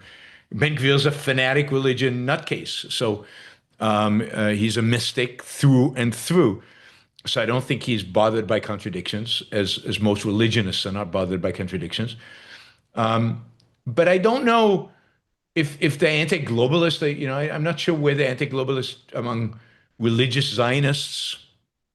Ben Gvir, you could argue, is just irrational, so this would be one more irrationality. I'm not sure who else you mean.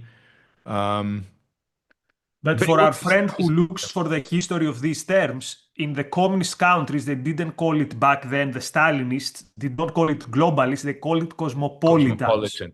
Yep. Cosmopolitan, yeah. Yep. And for a long time, it was cosmopolitans were the Jews.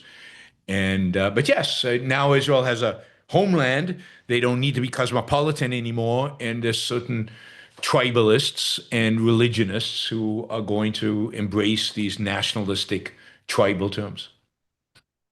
All right, Nature Observer says, I grew up in a religious household where my father considered himself the head. How different is the manosphere from the religious root of male dominance, which is justified by God? Now the root is evolutionary psychology. It started with evolutionary psychology, but soon it fused together also with the church. So Rollo Tomasi, the rational male, for years he had a podcast with a pastor, actually, I think, or something like a very religious guy. He died some years ago. So yes, there is a natural affinity there. And also, if you think about it, this is a growing market for Christian nationalists because there is it's a fertile ground. It's, hey guys, you want to fight feminism? Here is a message that will help you do it. Here is the proper order. We've been saying these things for centuries. Glad you came on board. Yes, I mean, look at Matt Walsh at the Daily Wire, who I think exhibits a lot of this kind of mentality. He's not as bad on the manosphere stuff, but he has a trad wife, and he celebrates his trad wife, and he complains about masculinity constantly, and so I think he's a good model for that fusion with religion. It makes a lot of sense. Richard said, "Happy birthday, Iran." Thank you, Richard. Appreciate the support. Richard also says, what role does academia play in the anti-intellectual mindset like we see in the manosphere? The obvious answer is that boys who go through the academia, if they have some sense of independence and questioning stuff, quickly they get disgusted. So then either their independence will take them to actually question the root of the problem, tribalism, irrationalism, and all that stuff, or if it cannot take them that far, it will take them to the opposite tribe, which is the manosphere. But there's no question that all this stuff, the intellectual culprits are with the intellectuals that made tribalism and irrationalism the only game in town. So well done to the leftists. You have created this world. You deserve this world. The problem is that we are also going to suffer. To live in it. Yeah, I mean, I think that's right. I think the main role of academia is destruction of the mind, and of course, setting up some of these categories that then the unthinking call them right, but I don't know if it even means that, just rebel against it. So I think the left has set up modern racism. I think the left, through whatever third wave feminism, whatever you want to define it as, has set up this male hatred of women. They set the intellectual terms because they are the intellectuals. They are, so they ultimately get the blame for this. It's the postmodernists. We'll talk about postmodernism on one of these shows, and the Frankfurt School and all of those guys. They undermine the human mind. By undermining the individual human mind, they set us up for tribalism of all kinds, all sorts. Right? By the way, in 2 weeks, we should do the 6-day war, obviously, because it's the anniversary. It's open what we will do next week. If people want to give some suggestions, they can do so. So I might be traveling in 2 weeks. So I'll get back to you. Okay. But if not 6-day war this year, then 6-day war next year. That date will always be around, but I might be out that week. All right, yeah, not to put pressure on you, I've already started reading 2 books on the 6-day war, so maybe we can do it the week before or something. Okay, we'll figure it out. Okay, 6-day war is the first war I have a memory of. So I know, I remember the story. So Action Jackson says, happy birthday, Iran. Thank you. Oops, how did I get there? All right, I skipped some people. Okay. Oyvind says, happy birthday. Thank you, Oyvind. Gail says, happy birthday. Thank you, Gail. Action Jackson says, this is for Iran's response to the bone smashing. I don't know what bone smashing is. What is bone smashing? Is that a... Maybe it has to do with Looksmaxing. So the latest, about Looksmaxing. You've done stuff about Looksmaxing, no? I have. I don't Haven't know. you criticized the Carvicular, this guy who is the Looksmaxer? Anyway, it's this thing where you try to have this chiseled like giga chad face, and some people literally, the rumor is, I think it's an urban myth, that they smash their bones so that they have more of an Really? angular face. No, I haven't. I haven't. I'll look into it. I have not talked about that on my show. Really, you haven't checked out clavicular? No, I'm way behind the Okay, times. Way okay. behind the times. Um, yeah, I believe people would smash their bones. I really do. Insane. All right. NM says Joe Rogan said Joe Rogan said he saw Rand fans as incels. Is that because of the going Galt types, or did he mean objectivists? I've never heard that. I've heard him saying that objectivists are boring, and that's the only thing I've heard him say about Ayn Rand. Yeah. I don't know. I don't know why he said, if he said that about objectives being incels. I have no idea. Um, it sounds ignorant, but who knows why Joe Rogan says anything he says. And to be honest, look, we've been to all sorts of conferences. I don't think even the nerdy objectivist has anything to do with the whole aura and the whole mindset of the incel. Because No. the good thing with objectivism is, even if you're a rationalist, whatever, it vaccinates you against this lack of ambition. Yeah, So it would be very weird for an objectivist to be an incel. It would be a huge contradiction. absolutely. I've known Uh, I've known quote yeah, objectivists who were actually the guy who introduced me to the rational male was back then, and he was part of the movement. Later, he became more and more a white nationalist, but actually a race realist. Maybe it's the same. But same. his intermediate step was a MGTOW. I remember. I remember him. Yes. Yeah, and you could tell as he was drifting towards the men going their own way that he was also adapting some of this white nationalist type attitude. Or let's see.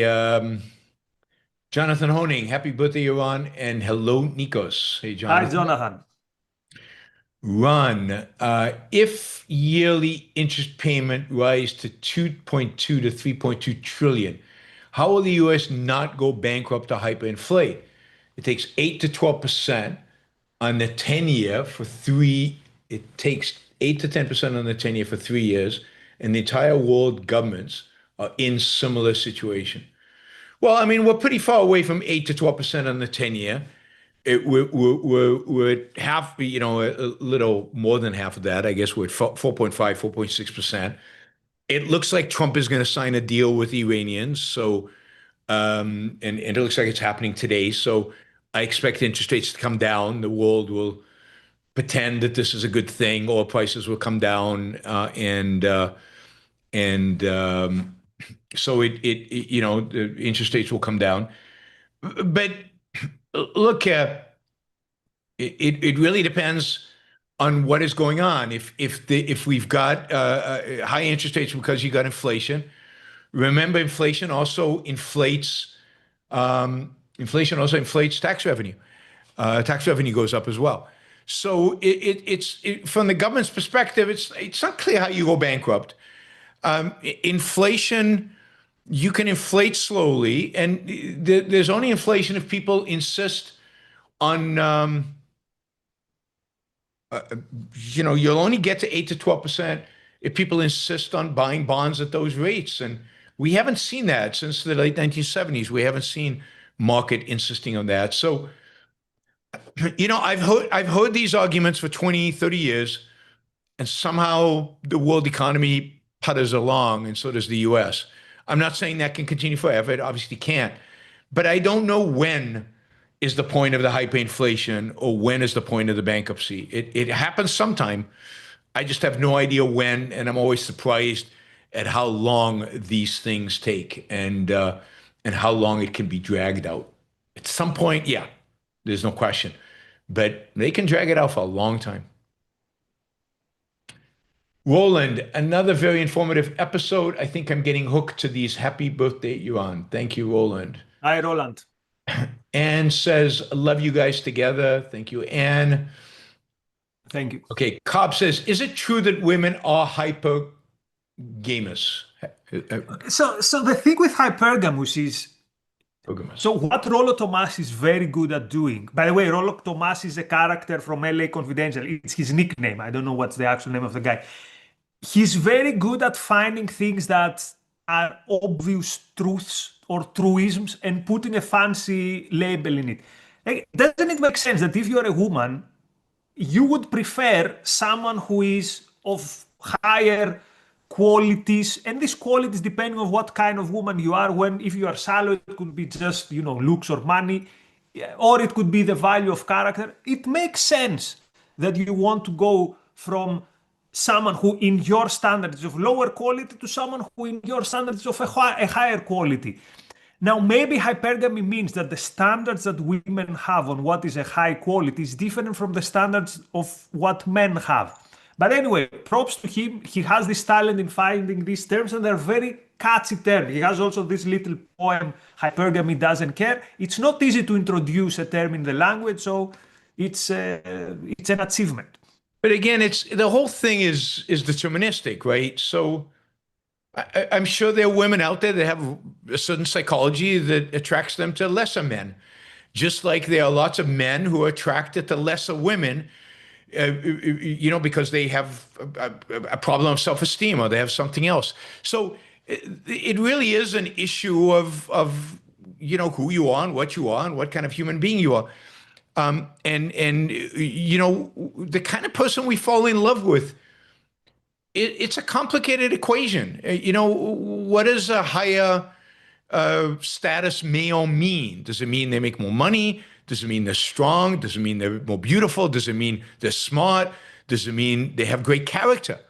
I mean, and on what dimension? And how do we weigh when we fall in love with somebody? How do we weigh these different things? Yeah, we want somebody we can, in some regard, admire. But that's true of men and women. It's not different.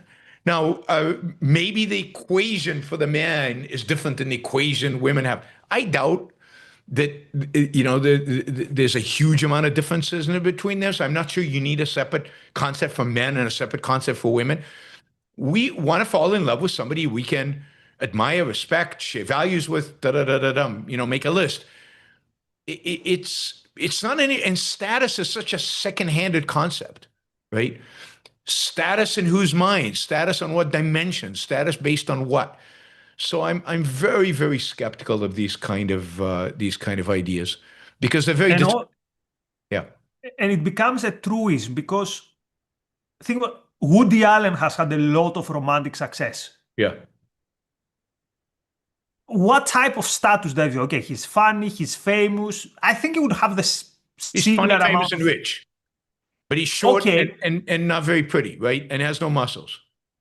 Yeah, but which particular part of the theory of hypergamy, the rich, but then it claims that it's more complicated than just because, by the way, I don't believe even at that level women go for money. I don't see many women lining up and, having romantic interest, let's say for Mark Zuckerberg, but they have for Woody Allen. So it's so complicated, as you said, that it's very difficult it's unfalsifiable. It's a bit like Marxism.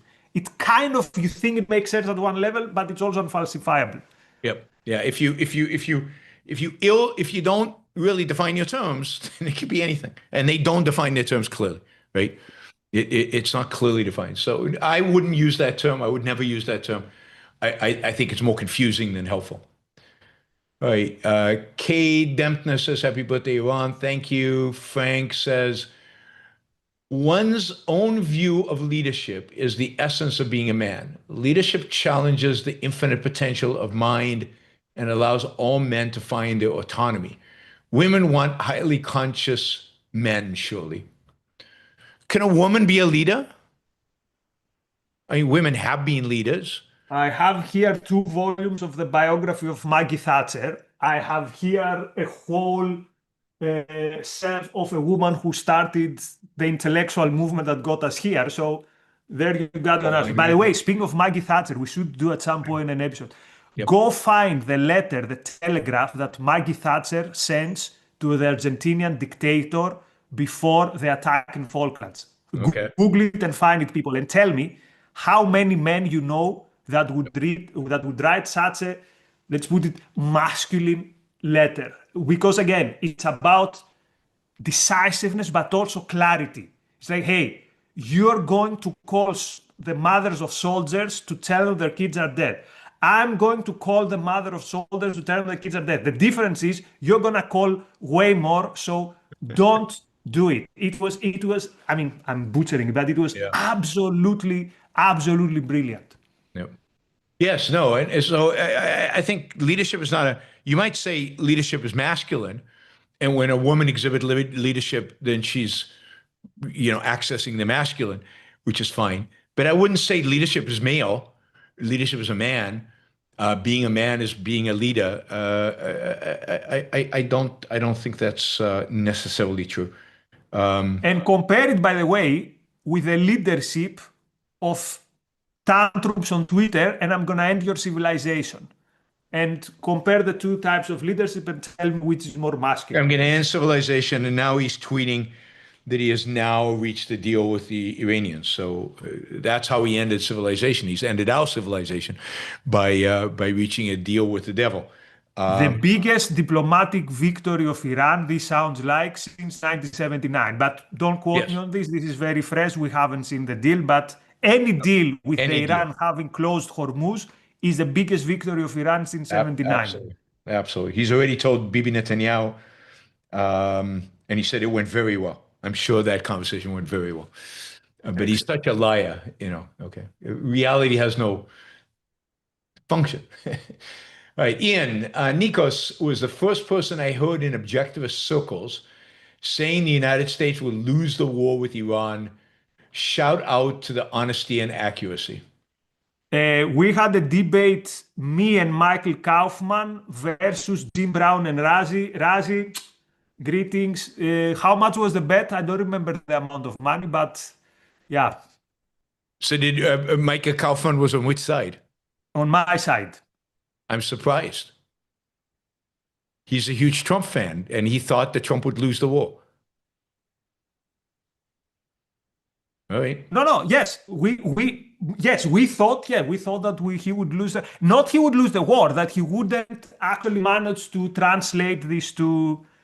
Oh wait, no, you're right. No. Mike was on the other. I was with Jim Brown. You're right. No way Mike would be on your side. No way. No. Anyway, if Razi is watching, remind us who. I remember which side I was on because it was a winning side. I'll just say, given how pathetically weak the Iranians were at the beginning of this war, pathetically weak, it takes real talent and skill to lose to them. I mean, you have to really work hard to be able to achieve this, and I think they did it. All right, Greg says, happy birthday, Yaron. Nikos' birthday date is proving more difficult to identify. They can't figure out your birthday. My birthday is the easiest one. It's the most Stalinist birthday in history. It's the day that Trotsky got the hammer on his head and the day that the Soviet tanks stormed into Prague. Figure out what that day is and you'll know my birthday. There you go. All right. Cobb says the Manosphere has a weird obsession with soy. I have no idea what that means. You know what that means?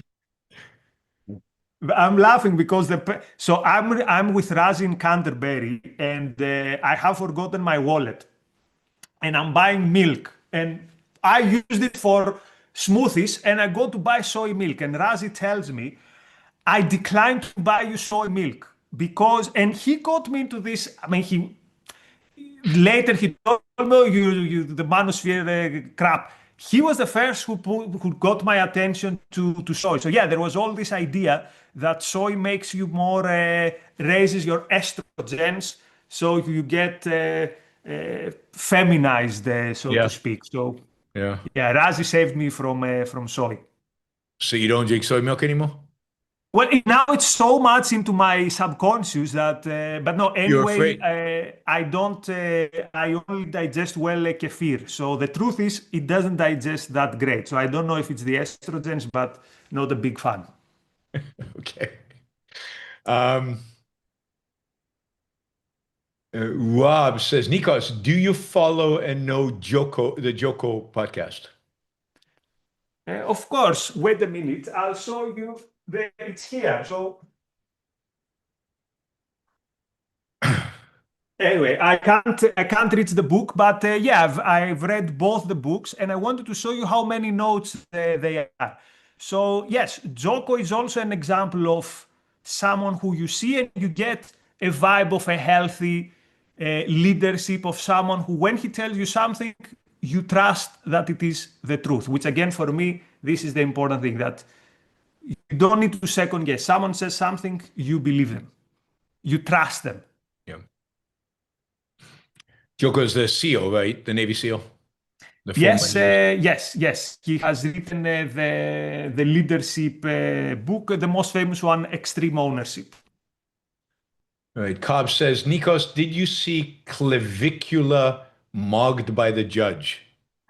I don't know what that is. I don't know what any of that means. So clavicular is the guy who is supposedly Oh, breaking breaking. his Yeah. yeah. So he's on court. I don't know why, but the judge is as if you took the Giga Chat meme. Imagine the authority of Judge Narragansett with the physique, the face of GigaChat. So in the language of the Manosphere, mocked means you're not anymore the alpha male of the group. There is someone who imposes himself as the alpha male of the group. So there you have the judge mocking clavicular. So yes, friend, I saw it. All right. I'm missing out on a whole universe. Um, Cobb says, you see rich, successful guys with young, beautiful women, but you don't see rich, successful women with young, handsome men. Is that hypergamy? First of all, Well, we said that. that's not true. I don't think that's true anymore. There's a whole new thing right now of there was just a big story about this in the New York Times of older women with young men, older, successful, wealthy women with young men. That's like the in thing among certain circles in New York. So I don't think that's true anymore. And at least myself, I never said that there's no biological difference in how sexual attraction works among the different sexes. The fact that I cannot explain or give you a complete theory doesn't mean that they're not there. So there's no question that what men find sexually and romantically attractive is different from what women find sexually attractive. So that explains this discrepancy, friend. And that's true. And again, it's also hard to tell how much of that is really coded in, how much of that is really part of who we are biologically, and how much of that is cultural. And we see in the movies and the images projected to us. So it's very difficult to. You'd really have to know a lot about male and female psychology to really analyze these phenomena. And I don't think any of these manosphere, any of these people have that kind of knowledge. They're just accepting the way things are as the given. And then I think things are all changing. I think the last 50 years, because women have entered the workplace, because we live in a culture that's much more mind oriented, a lot of this stuff is going to change. It won't change the fact that there are fundamental differences between men and women. Men and women are different, and therefore going to be in some ways attracted differently. But I think it's going to manifest itself in different ways in the future because we live in a different world. Context matters. And there are even evolutionary psychologists who lock horns with the manosphere. Like I used to Sure. know a guy from the UK, William Costello, who is constantly fighting with Rollo Tomassi because he's an evolutionary psychologist and he's telling him the things you say that are evolutionary psychology are not evolutionary Yep. psychology. So, Yep. yeah. And I think a lot of evolutionary psychology is just so stories anyway. So I'm not sure if there is an is when it comes to evolutionary psychology. I think a lot of it is BS. Um, Roland says, ER recently did an episode on Looksmaxing. Maybe that's what you had in mind. I guess that's to you, not to me. Oh, ER yes, did sorry. it? It was yes, it was, maybe it was in ARC UK, not in Yaron's channel. Yeah, Yes. no, I But did not do it. I remember an objectivist commenting on it recently. Okay. Oily says, happy birthday, Iran. Great talk from you both. Thank you. Thanks, Thank Oily. you. WCZN, enjoying these duo shows. Thanks. Thank you. And then this is, I think, the final question. Manosphere's relationship with Christian nationalism is interesting because Jesus was a feminine guy. Who knows? It's He didn't have a sword. He didn't wield a sword. But he did kick out the money changers. He had some physicality to him. He kicked out the money changers from the temple. but joking aside, the few people in the manosphere who have actual intellectual influences, a lot of it is Nietzsche, and it's mostly either the Nietzsche. daylight or beyond good and evil.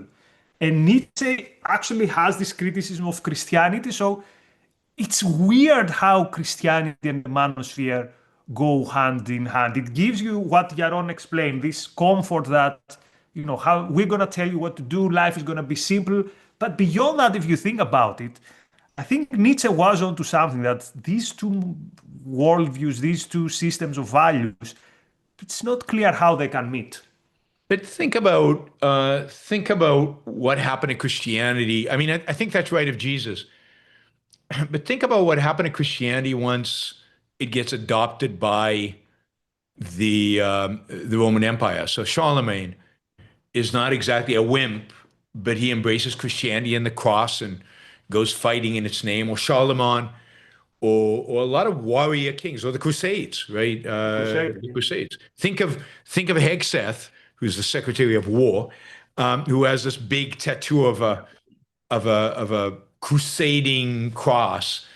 There is a whole interpretation of Christianity that is very militant and very aggressive and very violent, which I think counters kind of the Jesus Christianity, if you will. Which also shows how weird the whole thing is. So what is Christianity? The theory, the history, it's go Yes. figure. It's all weird because that's what you get with mysticism. There's no way around it. All right. As always, this was fun. So we have to figure out what we're doing next week, and we'll talk about Six-Day War, when we're going to talk about that. And I will see all of you guys. You know what?